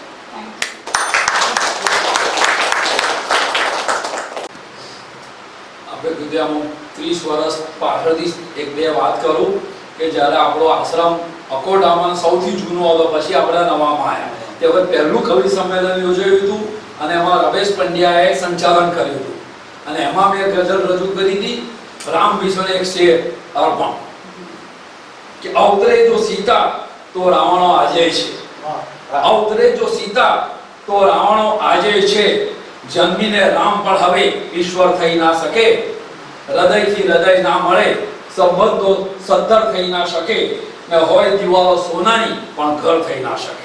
આ બે વખતની મારી ગઝલ અને આમ તો મેં વાર્તામાં લખી મારો એક વાર્તા સંગ્રહ આવે છે તો આ શેરને અનુલક્ષીને ત્યારે મેં મૌલિક વાર્તા પણ રામ વિશે લખી પણ આપણી પાસે સમય ઓછો છે. અમુક તો ગઝલનો જ માણસ છું, ગઝલ રજૂ કરું છું અને આપણી પાસે પરવાનગી લઈને બે ગઝલ રજૂ કરીશ કે આ ભાઈએ કીધું એમ કે આપણે ફાધર્સ ડે ઉજવીએ છીએ, મધર્સ ડે ઉજવીએ છીએ. મને બી એની સામે પૂછવામાં વાંધો નથી કારણ આપણે જન્મ્યાથી આપણા મૃત્યુ સુધી આપણા ફાધર 24 કલાક ને 12 મહિના જે દિવસ હોય છે, માનવી દિવસ આપણે જન્મથી મૃત્યુ સુધી હોય છે, પણ આ દિવસ મને એટલે ગમે છે કે એમના વિશે તે દિવસ આપણે કંઈક એમના વિશે કંઈક વધારે કરી શકીએ. અને અમારું એક વડોદરાનું કવિઓનું ગ્રુપ છે, 40-50 કવિઓનું, એને પરમ દિવસ ફાધર્સ ડે વિશે ગઝલનું એક હરીફાઈ રાખી હતી, સ્પર્ધા રાખી હતી. અને તમારી જાણ માટે કોઈ જે ગઝલ રજૂ કરું છું તેમાં મને બીજો પુરસ્કાર પ્રાપ્ત થયો હતો. તો મારા પપ્પા વિશેની ગઝલ, એક શબ્દ મારા પપ્પાના જીવનનો છે આમાં, કે આજ તો ફાધર વિશે લખશું ગઝલ, આજ તો ફાધર વિશે લખશું ગઝલ, અને એમના આદર વિશે લખશું ગઝલ. આજ તો ફાધર વિશે લખશું ગઝલ, એમના આદર વિશે લખશું ગઝલ. શૂન્યમાંથી કેટલું સર્જન કર્યું. મારા પપ્પાની પરિસ્થિતિ બહુ જ ખરાબ. અમારા જન્મ પહેલા તો એવું કહેવાય કે પેટે પાંદા બાંધીને જે રહેતા હતા. અમારા જન્મ પછી થોડું સુધર્યું બી ખરું, ને પછી અત્યારે તો અમને સાગર જ આપી ગયા છે. મારા શબ્દો એમાં આવશે કે શૂન્યમાંથી કેટલું સર્જન કર્યું, ગુંજતા આ ઘર વિશે લખશું ગઝલ. આજે જે મારું ઘર ગુંજે છે એમાં એમનો સિંહ ભાવ છે કે શૂન્યમાંથી કેટલું સર્જન કર્યું, ગુંજતા આ ઘર વિશે લખશું ગઝલ. અને સંત વાણી સમ હતો ઉપદેશ છે, સંત વાણી સમ હતો ઉપદેશ છે, ભીતરીએ સ્વર વિશે લખશું ગઝલ. સંત વાણી સમ હતો ઉપદેશ છે, ભીતરીએ સ્વર વિશે લખશું ગઝલ. અને જિંદગીમાં ના નડ્યું સંકટ કદી, જિંદગીમાં ના નડ્યું સંકટ કદી, માપની ચાદર વિશે લખશું ગઝલ. એમણે પોતાના માપની ચાદર પ્રમાણે આખી જિંદગી ચાલ્યા છે કે જિંદગીમાં ના નડ્યું સંકટ કદી, માપની ચાદર વિશે લખશું ગઝલ.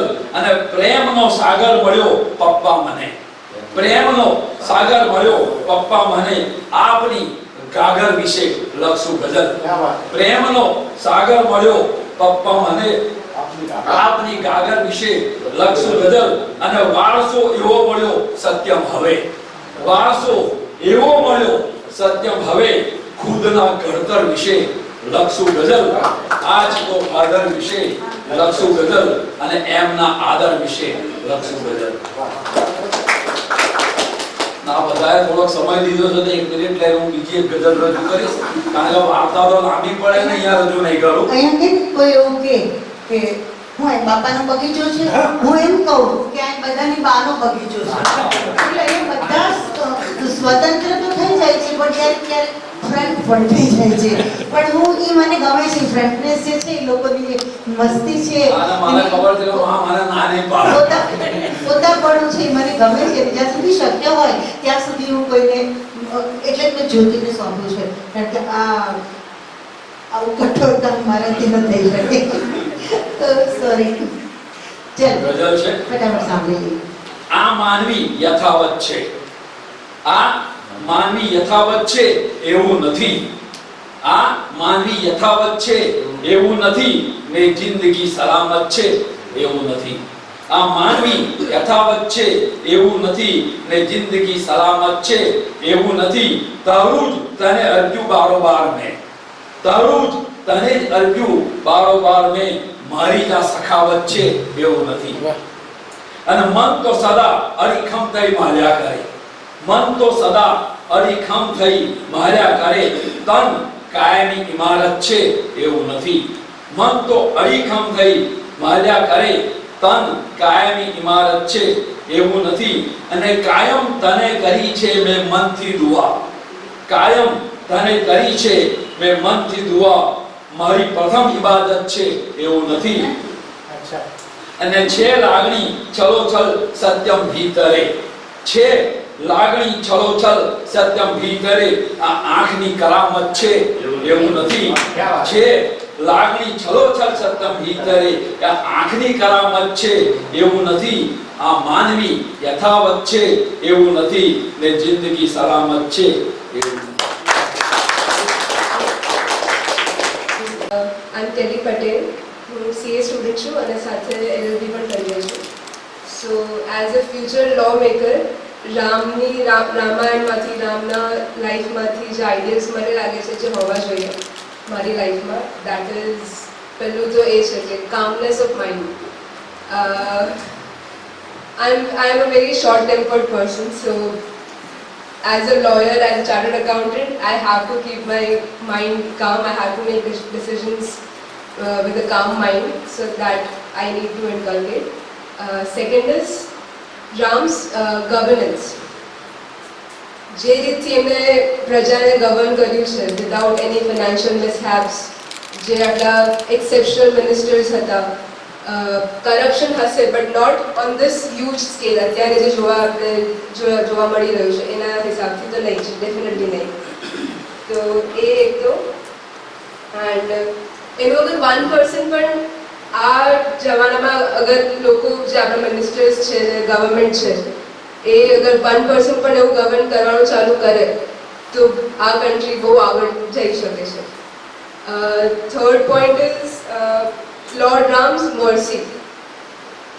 That he was so merciful કે ફોર એક્ઝામ્પલ જ્યારે વિભીષણ આવ્યા એમના અફેક્શન લઈને, એમનું અફેક્શન એઝ ફોર ફ્રેન્ડશિપ, એમ બહુ જ બધા લોકો સસ્પિશિયસ હતા એને લઈને, બટ રામ ભગવાને એમને એક્સેપ્ટ કર્યું કે like he showed his mercy कि okay I trust you and I need to be merciful, and like he accepted his friendship. So thank you. That is all. परस्पर प्रीति लोग कैसे थे, जो लर्नर्स की बात की इसकी, तो उसमें लोग परस्पर प्रेम करते थे एक दूसरे को. दैविक भौतिकता पर शरीर से लोग दुखी नहीं थे, दैव यानी भाग्य से लोग दुखी होते वो भी नहीं था, और दैविक और भौतिक बाहर की जो सुख संपत्ति रूटीन में एवरीबडी नीड बेसिक थिंग्स, तो जो ये होता है वो भी कोई किसी को तकलीफ नहीं थी. आज 500 ग्राम चावल और तेल गरीबों को बांटने के लिए निकलते ही नेता है, लेकिन राम के राज्य में ऐसे कोई थे ही नहीं. प्रजा इतनी सुखी थी. तो ये बात मुझे बहुत अच्छी लगी कि पहले तो शांति, एक नया कॉन्सेप्ट लेकर बेटा आप आए कि जो कभी कहीं रिपीटेशन नहीं लगा. ठीक है तो सब कुछ रामायण में हमने तो जीवन उसमें निकाल दिया, PhD उसी पर ही मैंने की. लेकिन बात ये है कि जो एक कामलीनेस, फुलनेस जो मैसेज देता है राम, हर परिस्थिति में भी वो बहुत धैर्य से, पेशेंस के साथ काम लेते हैं, and every problem can clear with patience and peace. और दूसरा मर्सीफुल थे, ये भी बहुत अच्छी बात. तीनों मुद्दे आपने शॉर्ट में बहुत अच्छे से बताया कि मर्सीफुल मतलब दयालु थे, करुणा निधान थे, कृपालु थे. गीत को उठाकर गीत को निज गोद में आंसू बहाते. आप सोचो, गीत को गोदी में उठाकर श्री राम रोने लगे. अपने बाप की मृत्यु वह नहीं जान पाए, लेकिन गीत को उठाकर गोदी में लेकर पिताजी को स्मरण करते हुए पिता तुल्य मानकर रोने लगे. शब्द के बैठ आए, केवट की नौका में बैठे, वहाँ मर्सिडीज भी आकर रह जाते, क्योंकि नौका में भी ऐसी निकली होगी आजकल, ये नौका वो नौका वो नौका, लेकिन केवट की नौका में ही भगवान बैठे. वो करुणा निधान इसलिए तो उसे कहे गए. तो ये सब पॉइंट्स इसलिए जल्दी बोल देती हूँ कि कहीं दोबारा आपको बोलने की बारी आए तो आपके मन में कहीं स्मरण हो जाए, मेरा चेहरा दिख जाए, तो आप ये सब एग्जाम्पल दे सकते हैं. विभीषण को तो सपोर्ट किया ही किया, लेकिन इट इज डिफरेंट थिंग, क्योंकि वो बात पूरी एक शरण में आया था और दूसरी एक बात की वह राजनीति की. लेकिन ये शबरी में क्या मतलब था, केवट में क्या मतलब था, गिद्ध में क्या मतलब था, आदिवासियों को गले लगाए राम ने, क्या मतलब था? कोई मतलब नहीं था. कोई राम का स्वार्थ नहीं था, फिर भी सबको उसने अपना बनाया, सबके साथ प्रेम भाव कृपा ये सब बिहेव किया. और रिटर्न जब हुए, ऐसा नहीं कि मेरा काम अपना काम बनता भाड़ में जाए जनता, ऐसा नहीं था. वो आ गए वहां जाकर, आपकी लैंग्वेज में आपके गीतों में बात कर रहे हैं कि वापस भी लौटे, तभी भी 1 by 1 सबको मिलते विमान था. कौन राजनेता होगा, कौन विमान आपको मिलने के लिए रुकाएगा अपना और आपको मिलकर जाएगा कि हेलो आओ मैं जीत गया हूँ, ऐसा वैसा नहीं. आज का कोई नेता जवाब भी नहीं देगा, वोट लेकर चला जाएगा. लेकिन राम 14 साल के बाद जब गए थे, तब रास्ते में जो लोगों से मिले थे, उन सारे लोगों को किसी न किसी तरीके से मिले, मैसेज भिजवाए और फिर अयोध्या में आए. तो राम सबसे बड़ा मैसेज तो हमको ये दे रहे हैं कि आप जब कुछ नहीं हो, जीरो हो, जहाँ से आपकी कैरियर शुरू हो रही है और स्ट्रगल हो भयंकर, वह तब जैसे हो वैसे ही सरल और सिंपल बने रहो after success. Okay fine. What is next? Anjana Gandhi. મારા વિચારો રામ વિશે. આપણે કોઈને બી પૂછીએ કે જીવનમાં શ્રેષ્ઠ પુરુષનું તમારે આચરણ કરવું હોય તો કોણ, તો બધા જ કહેશે મર્યાદા પુરુષોત્તમ શ્રી રામ. લગભગ જવાબ એ જ હશે. પણ એમના શ્રેષ્ઠ 16 ગુણમાંથી આપણે કેટલા ગુણ પાડીએ? સૌથી પહેલોનો ગુણધર્મ હતો કે ધર્મનું પાલન કરવું. આપણે ધર્મનું પાલન કરીએ છીએ કારણ કે પેલા કરે છે એ રીતે કરતા હતા કે ધર્મને સમજીને કરતા હતા. અને સૌથી એમનો બીજો ગુણ સંયમ. સંયમ એટલે ઇન્દ્રિયો પર કાબુ. એક સંયમ નહીં, મનથી સંયમ. આટલું મોટું રાજ્ય એક જ શબ્દમાં એક જ અવાજે એમના પિતાની આજ્ઞા, માતાની આજ્ઞા પર એમને છોડી દીધું. એનાથી મોટો સંયમ શું હોઈ શકે? તો આપણે એ સંયમમાંથી અત્યારે કોરોના કાળમાં મને એવું લાગે છે કે એ અપનાવવા જેવું છે. અરે ઘરે બેસીને અત્યારે જે પુરુષો લોકડાઉનમાં કામ કરે છે તો પોલીસ સ્ટેશનમાં કેટલી બધી કમ્પ્લેનો આવે છે કે અમારા પતિ અમને હેરાન કરે છે. તો ક્યાં છે તમારો સંયમ? તમે રામ ભગવાનને આ રીતે બી યાદ કરી શકો છો. અને કેટલી બધી કમ્પ્લેનમાં બાળકોને બી એ લોકો ત્રાસ આપે છે. તો અને કોઈ આપણને પૂછે કે કેવું ચાલે છે તમારા ગામમાં કે તમારા દેશમાં, તો કોરોના પહેલા આપણે એમ કહેતા હતા કે રામરાજ છે. શું આપણે રામરાજ પાછું લાવવું હોય તો કેટલું બધું સંયમિત રીતે આ લોકો આવી વર્તવું પડશે કે તમે સ્ત્રીઓને ત્રાસ આપો છો. અને શ્રીરામ જેવું વર્તન કરવું એ બધાના એમાં નથી. કારણ કે પતિ પત્ની ગમે એવી વિકટ સ્થિતિમાં હોય પણ એકબીજાને સાથ આપે એ જ એમનું મેન છે. તો મારું કેવું એટલું છે કે સંયમથી વર્તવું અત્યારે ખાસ જરૂરી છે. તો કોરોના કાળમાં આપણે એ કરી શકીએ અને શ્રીરામ ભગવાનને બી એ રીતે આપણે યાદ કરી શકીએ. બસ.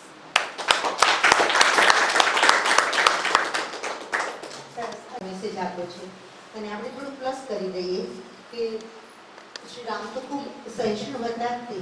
એમ અત્યારના પુરુષોએ પણ જ્યારે ઘરમાં 24 કલાક ફરજિયાતપણે રહેવું પડે છે તો એમણે થોડું સહિષ્ણુ બનવું પડે.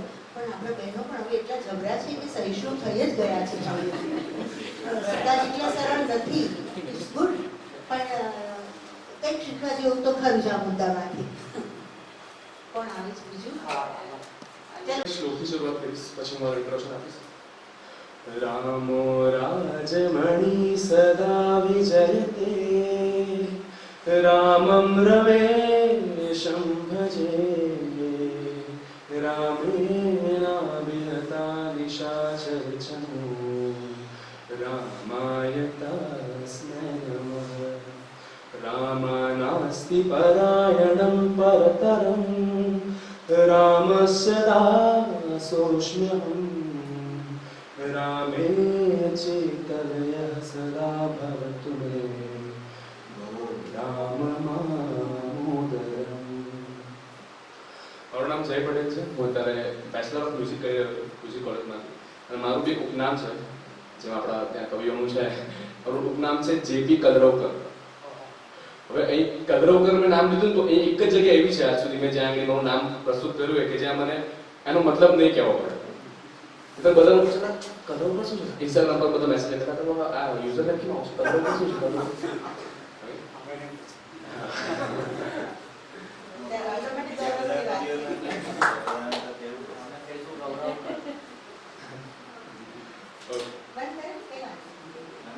तू बाहर अंदर आ जा बंद करके अंदर आ जा. हाँ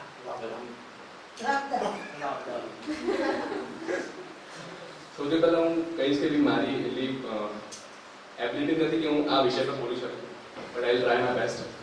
એન્ડ હું આપણે રામ વિશે બહુ બધું જાણ્યું તો હું થોડું છે ને રામ રાજ્ય વિશે વાત કરીશ. કેમ કે આજે બધાની એવી ઝંખના છે કે રામ રાજ્ય હોવું જોઈએ, રામ રાજ્ય હોવું જોઈએ, સત્યુગ પાછો આવવો જોઈએ. તો હવે એ કેવી રીતે હોય, કાં તો રામ રાજ્ય કેવું હતું, રામ રાજ્ય કેવી રીતે આવ્યું હતું, તો શું રામ રાજ્ય રામ રાજ્ય કેવું હતું, કાં તો પછી ત્યાંના લોકો કેવા હતા.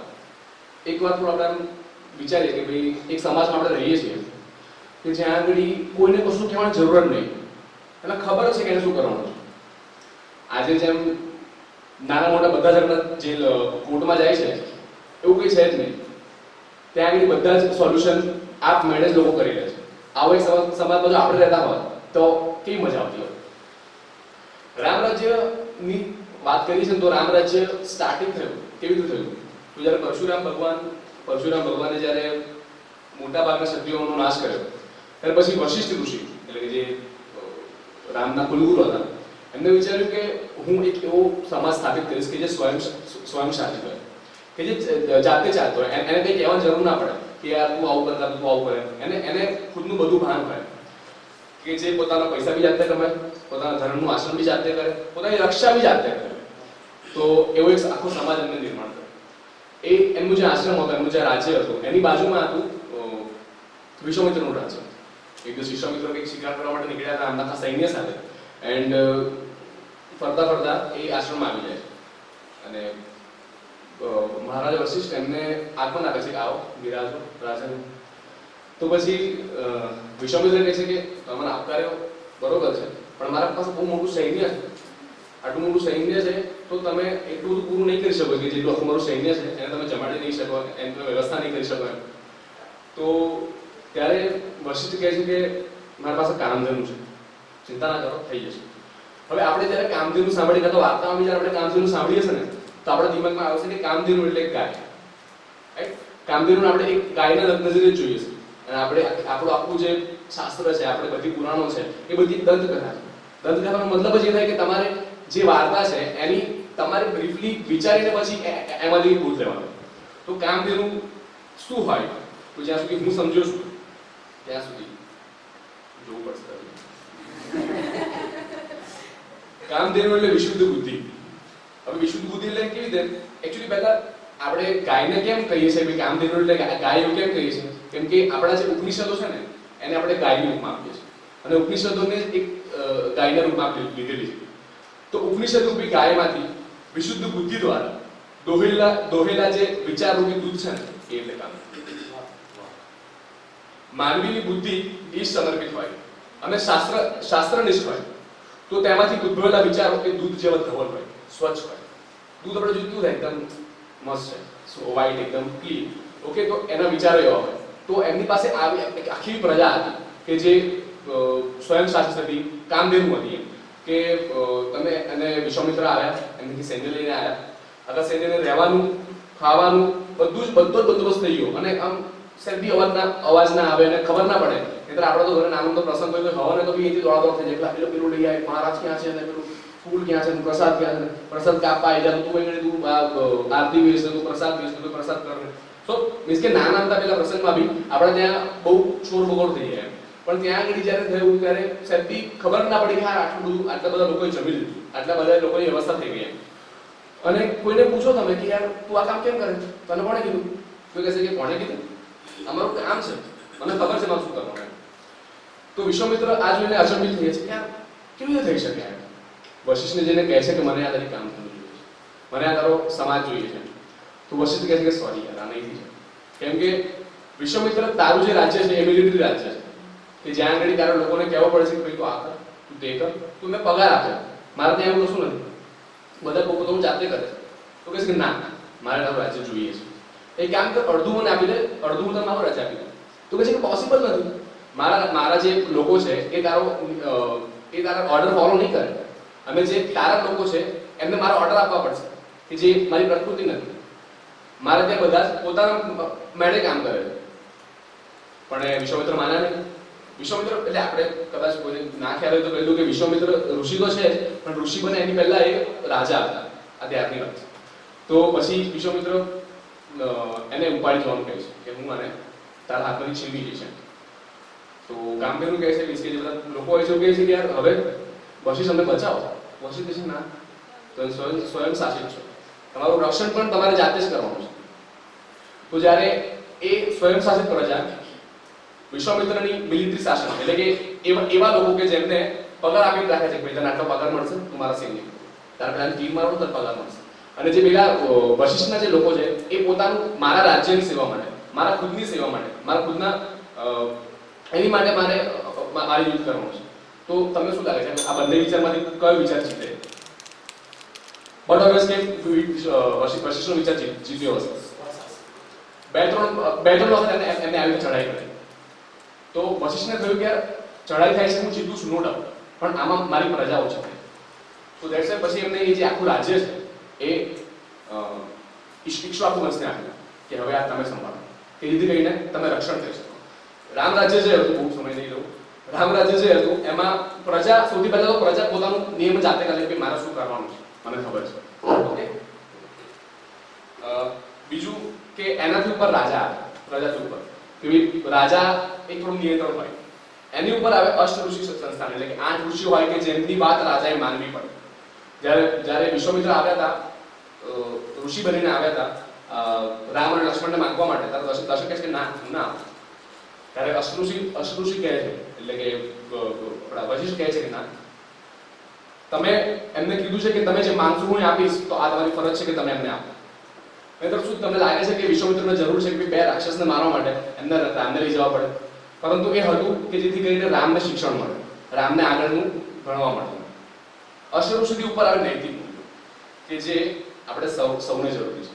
નૈતિક મૂલ્યો એટલે કે મારે શું કરવાનું, મારા મૂલ્યો કયા, મારે શેમાંથી હટવું નહીં, એ નૈતિક મૂલ્યો. એ સૌથી ઉપરના સૌથી ટોચના કે જેનાથી હટીને કંઈ બી કામ ના થાય. જો એનાથી હટીને રામ જતા હોય તો એમને બી પાછા લાવવામાં આવે. જેમ કે આપણે આ રીતે વાત કરી તેમ સીતા માતાનો જ્યારે બહિષ્કાર કરવાનો થયો ત્યારે એ નૈતિક મૂલ્યોના કારણે કરવાનો થયો. કે નૈતિક મૂલ્ય એવું કહે છે કે ભાઈ તારા પતિ ધર્મના કરતા પહેલા તારો રાજા ધર્મ આવે છે, તો તારે એ બજાવવો જોઈએ. તો આપણે જો રામ રાજ્ય લાવવું છે તો બદલાવ આપણે શરૂ કરવો પડશે.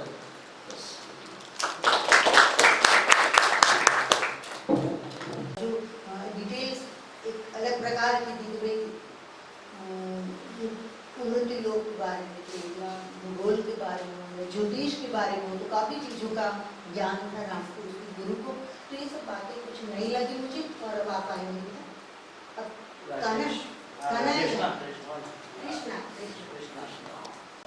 પહેલા તો હું સર્વે સંતગણોને મારા કોટી કોટી વંદન, અને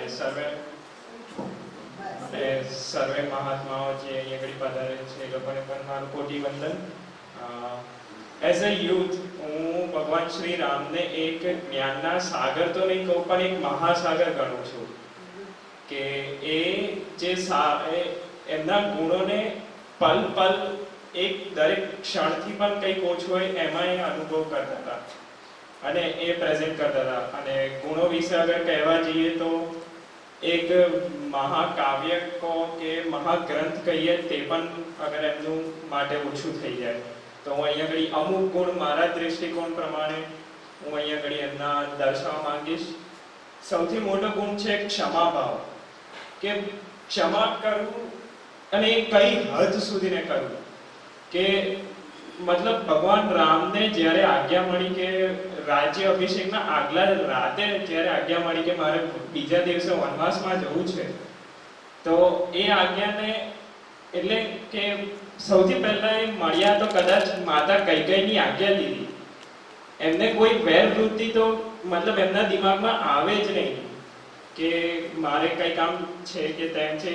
કોઈના એમને સંસ્કાર લાગી જ ના શકે એવા એ અચ્યુતા, જેમ કહેવાય છે અચ્યુતમ કેશવમાં, કે એવા એ અચ્યુતા છે કે એમને કોઈ પણ વસ્તુ અડકી નહીં શકે, બીજાની સ્પર્શી નહીં શકે. તો એ જે ક્ષમાનો ભાવ, કે પછી પ્રજાને પણ જે રીતના એમને પાલના કરી પ્રજાની પણ બધી રીતે કે દરેક પલે ક્ષમા ભાવ જે રાખ્યો છે એ. પછી બીજો છે પ્રેમના પણ મહાસાગર, કે મતલબ આપણે પ્રેમને હવે તો શાયદ બહુ ઊંધી રીતે કે ખોટી રીતે કે કોઈ બીજી દ્રષ્ટિએ જોઈએ છે, પણ એમનો પ્રેમ એટલે બહુ નિષ્કામ પ્રેમ. પ્રેમ એવો કે કોઈ પણ વસ્તુમાં પોતાની કામના તો નહીં પણ બીજાને કાયમ રાજી રાખવાની. પ્રજાને પણ પોતાના પુત્રના રીતે રાખ્યા છે.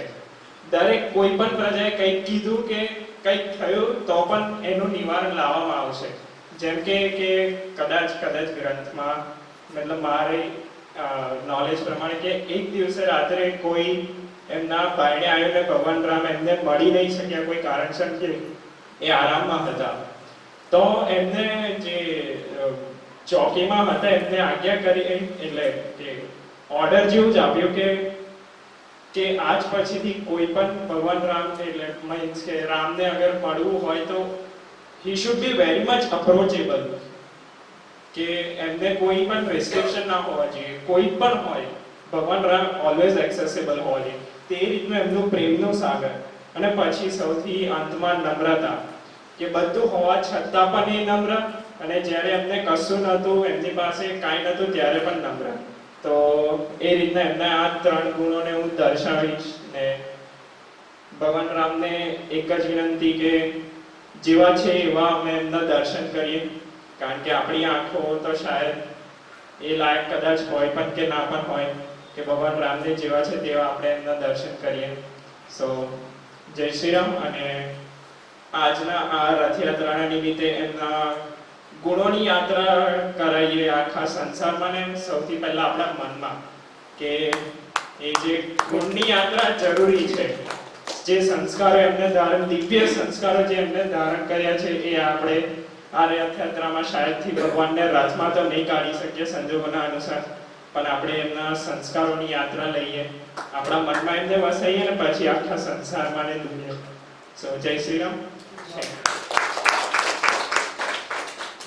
જોઈએ આપણે તો રામનું વેદોમાં વ્યાખ્યા છે કે રામનો અર્થ શું. રામ એટલે શું? રમતે સર્વભૂતેષુ ઇતિ રામ. જે પ્રાણી માત્રમાં રમી રહ્યો છે એનું નામ રામ. હવે આપણે કેવું હતું, આ તો મોઢા માંગડા નાખે છે તેનું રામ કેમ? અરે ભાઈ, એ તો છોકરું છે, રામે નાખતા હતા નાના હતા ત્યારે, એ રીતે નથી જોવાનું. પણ જે અલગ અલગ ક્વોલિટીનું વર્ણન કર્યું બધાએ, કે પ્રજાપાલક, રામ એક પ્રજાપાલક.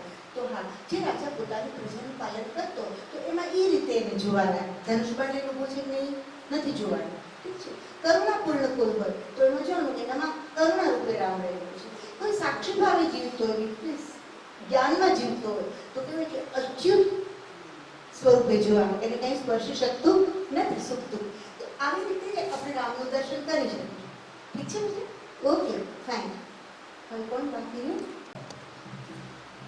મારું નામ ધ્રુમિલ છે અને હું અત્યારે masters in journalism and mass communication કરી રહ્યો છું.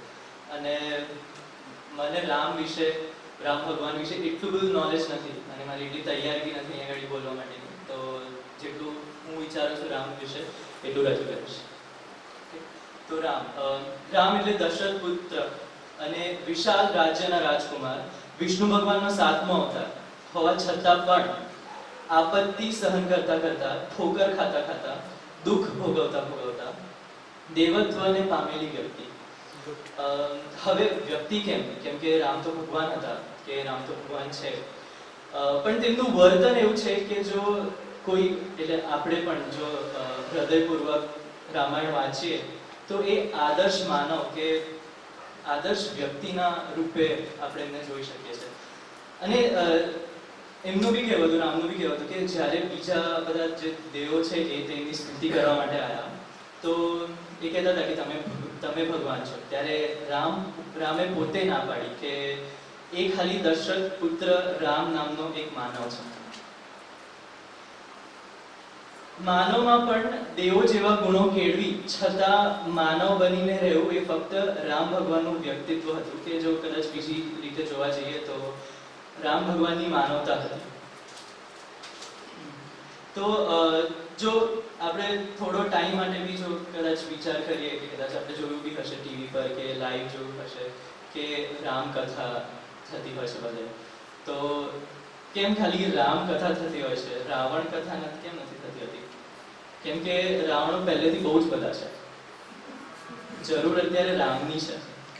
તો જેમ ત્યારે એક જ રાવણ હતો અને તેમનું વધ કરવા માટે ખાલી એક જ રામ હતા, પણ તેમ જ આજે બહુ બધા રાવણો માટે કે કદાચ આપણા અંદરના રાવણ માટે બહુ બધા રામની, ક્યાં તો આપણા અંદરના રામની જરૂર છે.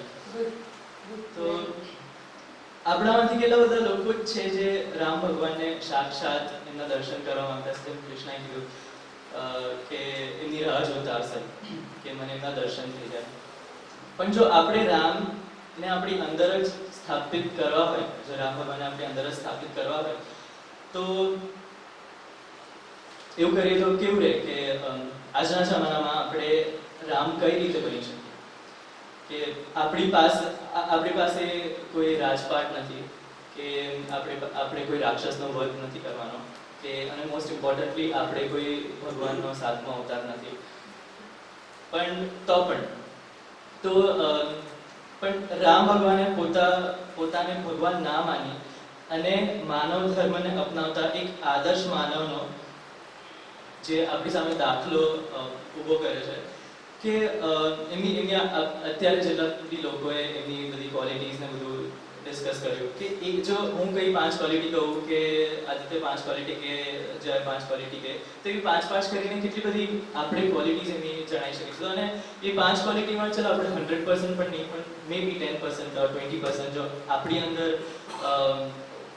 એ ઇન્સ્ટોલ કરી શકીએ તો કદાચ આપણામાં થોડા 100% નહીં પણ કદાચ થોડા રામ વસશે અને આપણે કદાચ મંદિરમાં નહીં જવું પડે ભગવાનને શોધવા માટે.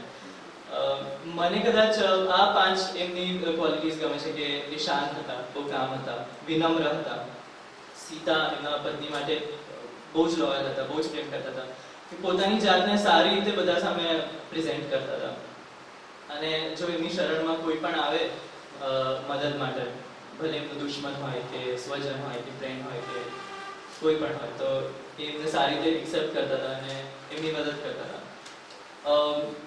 આમ તો જેમ ચર્ચા થઈ કે આખી રાત ઓછી પડે, આખો દિવસ ઓછો પડે ચર્ચા માટે, તો કદાચ સમયની મર્યાદાને ધ્યાનમાં રાખતા અને મર્યાદા પુરુષોત્તમને ધ્યાનમાં રાખતા એક એમની માટે पंक्ति रजू करिश कि राम नाम सत्य है, ये मरने से पहले जान लेना हमारा कर्तव्य है, वरना मरने के बाद तो वैसे भी राम नाम सत्य है. बहुत बढ़िया ध्रुवी. દીકરાથી શરૂઆત થઈ હતી મેં બહુ તેજસ્વી દીકરાએ કદાચ રજૂઆત કરી છે તો અંત કાર્યના આરંભ જેવો અંત પણ રંગીન હો, જેમ કે સંધ્યા ઉષાના રંગ મોહક હોય છે, જેમ કે સંધ્યા ઉષાના રંગ મોહક હોય છે. અને બહુ જ ટુ ધ પોઈન્ટ અને બહુ સરસ બેટાથી વાત કરી, સરસ વાત કરી. અને ભગવાન એટલે શું? એવું નથી બેટા કે આપણે ભગવાન નથી કે આપણે અવતાર નથી, પણ આપણે ઘોષ નથી. સમજ પડી? અંદર તો બેઠા જ છે ભગવાન. હું તો એમ કહું છું કે સ્થાપવાની જરૂર ક્યાં છે? એ હોત નહીં તો આપણે હાલતા ચાલતા જ ન હોત. તો છે જ ઓલરેડી. આવરણો હટાવવાની જરૂર છે. આપણી આંખો પર આવરણો ચડેલા છે, કે આપણા વિચારોમાં આવરણો ચડેલા છે, કે તમારી પ્રતિભા હોય તો મને તકલીફ થાય છે અને મારી પ્રતિભા હોય તો તમને તકલીફ થાય છે. અને આવી તકલીફો અને રાગ દ્વેષથી આપણે એકબીજાના સત્યને ઢાંકવાનો પ્રયત્ન કરીએ છીએ અને એના દુર્ગુણો ઉઘાડવાનો પ્રયત્ન કરીએ છીએ. બસ આ જ રામ. એટલું જો આપણે સમજી જઈએ, જાગી જઈએ તો મને લાગે છે કે બહુ જ સરસ ઉજળું ભવિષ્ય છે આપણા ભારતનું. અને સૌથી પહેલાં હું તો એટલું જ કહું કે ફલાણું લીકડું ટિકટોકની ડેશ ડેશ ડેશ ડેશ જે ન જોવાલાયક હોય એવું રામ કાંઈ જોતા. પછી તમે કહેશો કે જમાનો નહોતો. અત્યારે વિજ્ઞાન 1% હજી આગળ વધ્યું. કેટલું? 1%. એ જમાના તો રામ આંખ બંધ કરીને જોવું હોય બધું જોઈ શકતા હતા, બધી એક ખુલી જતી હતી. પણ એમનું ટોટલ કોન્સન્ટ્રેશન ક્યાં હતું કે રાષ્ટ્ર રક્ષા, પિતૃ આજ્ઞા પાલન, અસુરોનો સંહાર, ધર્મની રક્ષા, ઋષિમુનિઓની રક્ષા, સમાજની રક્ષા. તો હવે ફરીવાર આપણે બધા આજે મળીને સંકલ્પ કરીએ કે ફાલતુ જે કાંઈ છે ભણવા પૂરતું ઠીક છે, ન્યૂઝ લેવા પૂરતું ઠીક છે, કંઈક એક્સ્ટ્રા ઓર્ડિનરી બનવા માટે તમને કંઈક સારી વસ્તુ નથી મળતી તો ઠીક છે, પણ ફાલતુ વાતોમાં આપણી ઇન્દ્રિયો, આંખો, કાનો આપણે ન જવા દઈએ તરફ. આત્મસંયમ એટલો કહેવાય.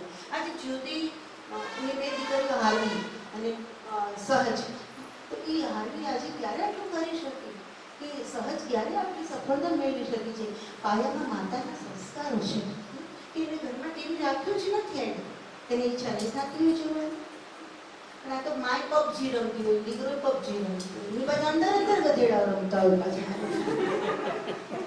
સોરી વેરી સોરી, ચીપ લેવું, આઈ શુડ નોટ યુઝ.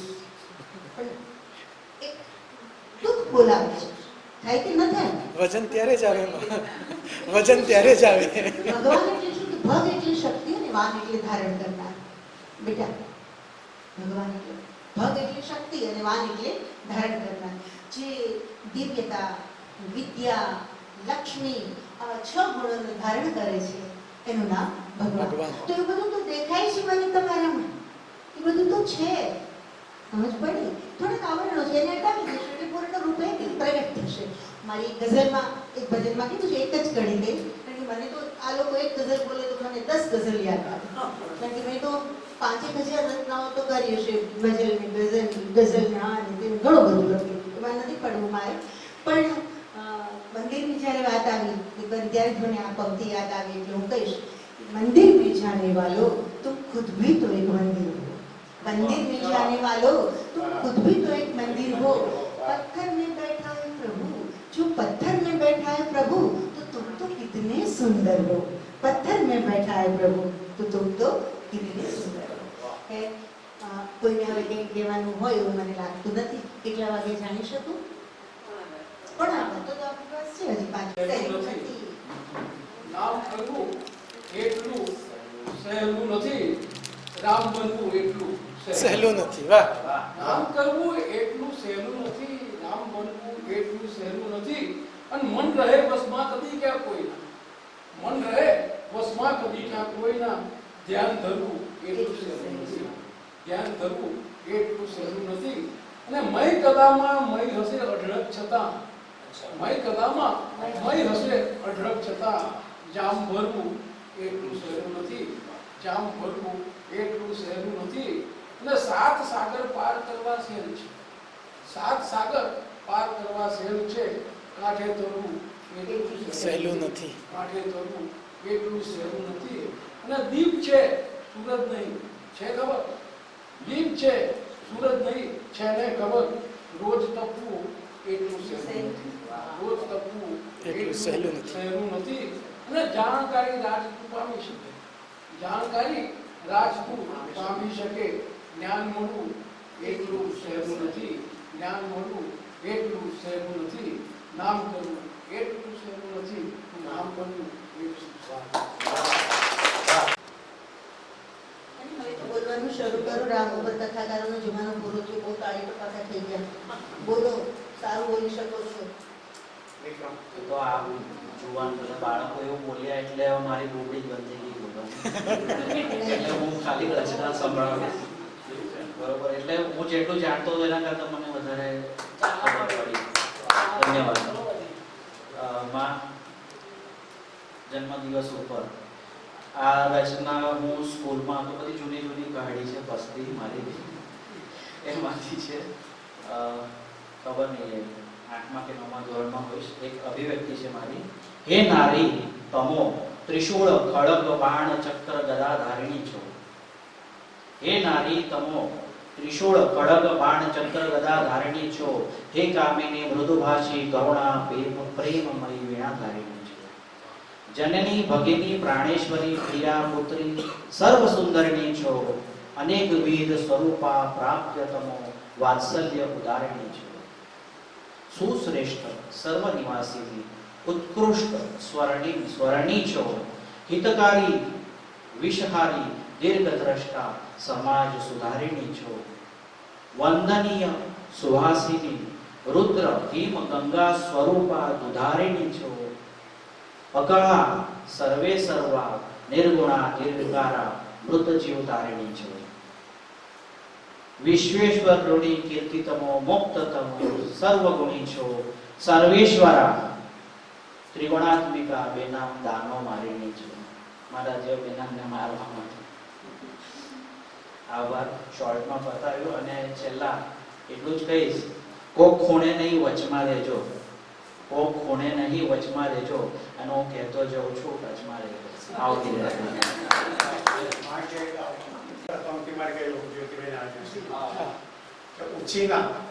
ઉચીના સાવ થોડા શ્વાસ, ઉચીના સાવ થોડા શ્વાસ લઈ ચાલ્યા કરું છું બસ, ઉચીના સાવ થોડા શ્વાસ લઈ ચાલ્યા કરું છું બસ, ખભે ખભે મારી જ જીવતી લાશ લઈ ચાલ્યા કરું છું બસ.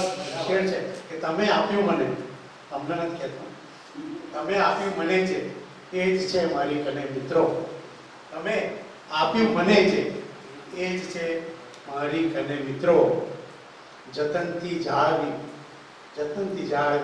કડવાશ લઈ ચાલ્યા કરો છો બસ. અને શેર છે કે નથી ક્ષુધા નથી ઈચ્છા છતાં હઠ શા કરે લોકો. નથી ક્ષુધા નથી ઈચ્છા છતાં હઠ શા કરે લોકો. નવા અપમાનના બે ગ્રાસ લઈ ચાલ્યા કરો છો બસ. બસ હવે આગળ નથી વાંચતો. જ્યોતિબેન તમારે શું રાહ જોતો હતો?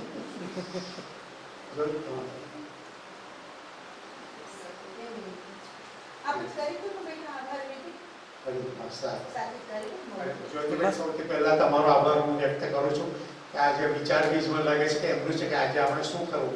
માના જન્મોત્સવ ભરા તમારું વિચાર બીજ હતું અને બહુ જ સરસ ફળીભૂત થયું છે. જોરદાર તાળીઓ આપણે જ્યોતિબેન. પ્રેમ વસ્તુ એવી છે ને કે એમાં ભલભલા ભૂલી જાય. તો આજે મને એટલું બધું યુવાનોની સાહિત્ય માટે ને રામ તો વાત જ જવા દો. રામજી માટે કોઈ કંઈ બોલે તો કદાચ લાખો ઠોકી દો એવું બને. આવું મારો સ્વભાવ. એટલે એક બહુ મહત્વનો કાર્યક્રમ હું ભૂલી ગઈ હતી. Very sorry. અને કંઈ ફોર્માલિટી વગર થાય ત્યારે આવું થાય બહુ એમાં મજા આવે સહજ વાતોમાં. અને ડૉક્ટર જ્યોતિ પટેલની આપણી સંસ્થા કઈ વાંધો નહીં. Sorry SORR. તો જ્યોતિ પટેલના દીકરી હાર્વી પટેલની આપણી સંસ્થા તરફથી આજ એવોર્ડ અપાઈ રહ્યો છે. તમે કહેશો શેનો એવોર્ડ?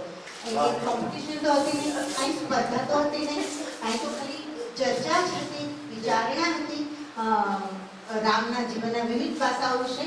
તો તમે કહેશો એવોર્ડ શેનો? જો કોરોના વોરિયર્સ છે તો એ નવી નથી કરતી.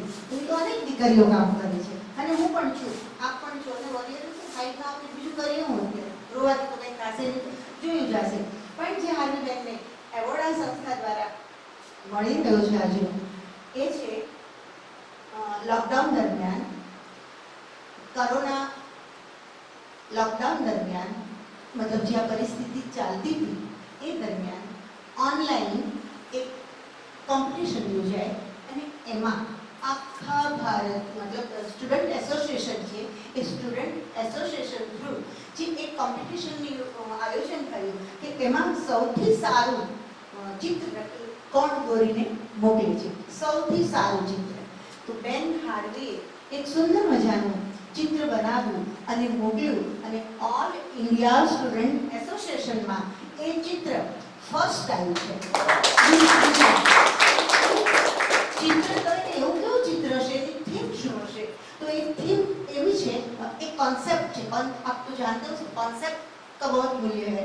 ह्यूमन रिसोर्सेज पर आप कर रहे हैं ना. हाँ, तो कॉन्सेप्ट कैसे देते हो आप और आप कॉन्सेप्ट को कैसे व्यक्त कर सकते हो, ये बात बहुत जरूरी है. तो एक कॉन्सेप्ट આપવામાં આવ્યો છે બેન હાર્વી તરફથી. એના ચિત્રમાં अमीर वर्सेस गरीब, अमीर वर्सेस गरीब, एक धनवान के सामने गरीब. क्या है आज हालात? मैं तो चाहती थी ये चित्र बहुत बड़ा करवा के तैयार करके उसको यहाँ वह चित्र में उसको गिफ्ट करें, लेकिन सिचुएशन की वजह से मुझसे नहीं हो पाया. ये भी मुझे लग रहा है कि पर्याप्त नहीं है, लेकिन ये तो केवल मेरी दिल की भावना है. बहन बेटियों को, माताओं को अच्छी पर्सनैलिटीज जो राष्ट्र के लिए कुछ कर सकती है, जिसमें टैलेंट है, आर्ट है, म्यूजिक है, कुछ न कुछ जिन लोगों ने पढ़ा है, ऐसे टैलेंट को आगे लाना. आगे तो क्या लाएंगे बेटा, आपको अपने मेहनत से करना है, लेकिन आगे लाना इतना ही नहीं, लेकिन उसको प्रोत्साहन देना खास. तो उससे भी अच्छा कुछ करने का मौका मिले, इच्छा हो, विल पावर उसका आगे बढ़े.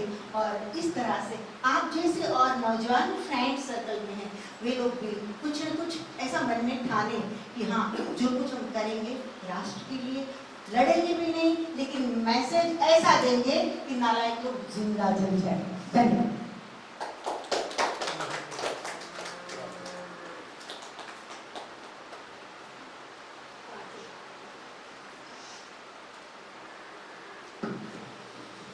हार्वी के दोस्त आ सकते हैं यहाँ. पहले उसको अवार्ड दे दें, बाद में सारे मदर फादर तो होंगे ही होंगे. क्या सुगंध दिखता है पूज्य गुरु मैया आशीर्वाद से डॉक्टर हार्वी सुभाष पटेल गुरुवार डॉक्टर हरेश्वरी देवी जी अवार्ड 23 जून 2020 और अवार्ड का नाम है प्राउड ऑफ वडोदरा।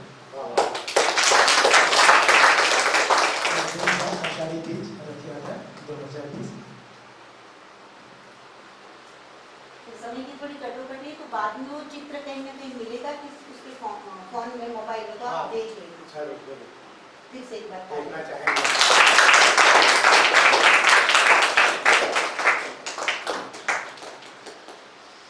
ऐसे तेजस्वी युवा और कहूँगा कि सक्षम युवाओं को देखकर कुछ बोलने की मन पूरी इच्छा सबको हो रही है और मेरे साथ सब इतना बोलते हैं तो चुप ही नहीं होते हैं, क्योंकि कभी कभी ऐसा मिलता है। बाकी मैं तो लॉकडाउन में हूँ, जब से घर छोड़ा तब से अकेली रहती हूँ यहाँ। किसी को कभी याद आ जाती है और याद बहुत सताती है तो आ जाते हैं यहाँ मुझे मिलने के लिए। बाकी मैं तो लॉकडाउन में हूँ। फिर भी मुझे ये कहना है कि केवल हार्विक को अवार्ड मिला ऐसा नहीं, लेकिन और जितने बच्चों ने और भाइयों ने, कवियों ने, माताओं ने जो इसमें पार्टिसिपेट किया, जो राम के विषय में अपनी स्पीच देने में, तो उसको भी आश्रम की ओर से हम गिफ्ट देंगे पुस्तकों का एक सेट। तो वो एक ग्रंथ का जो सेट है उसे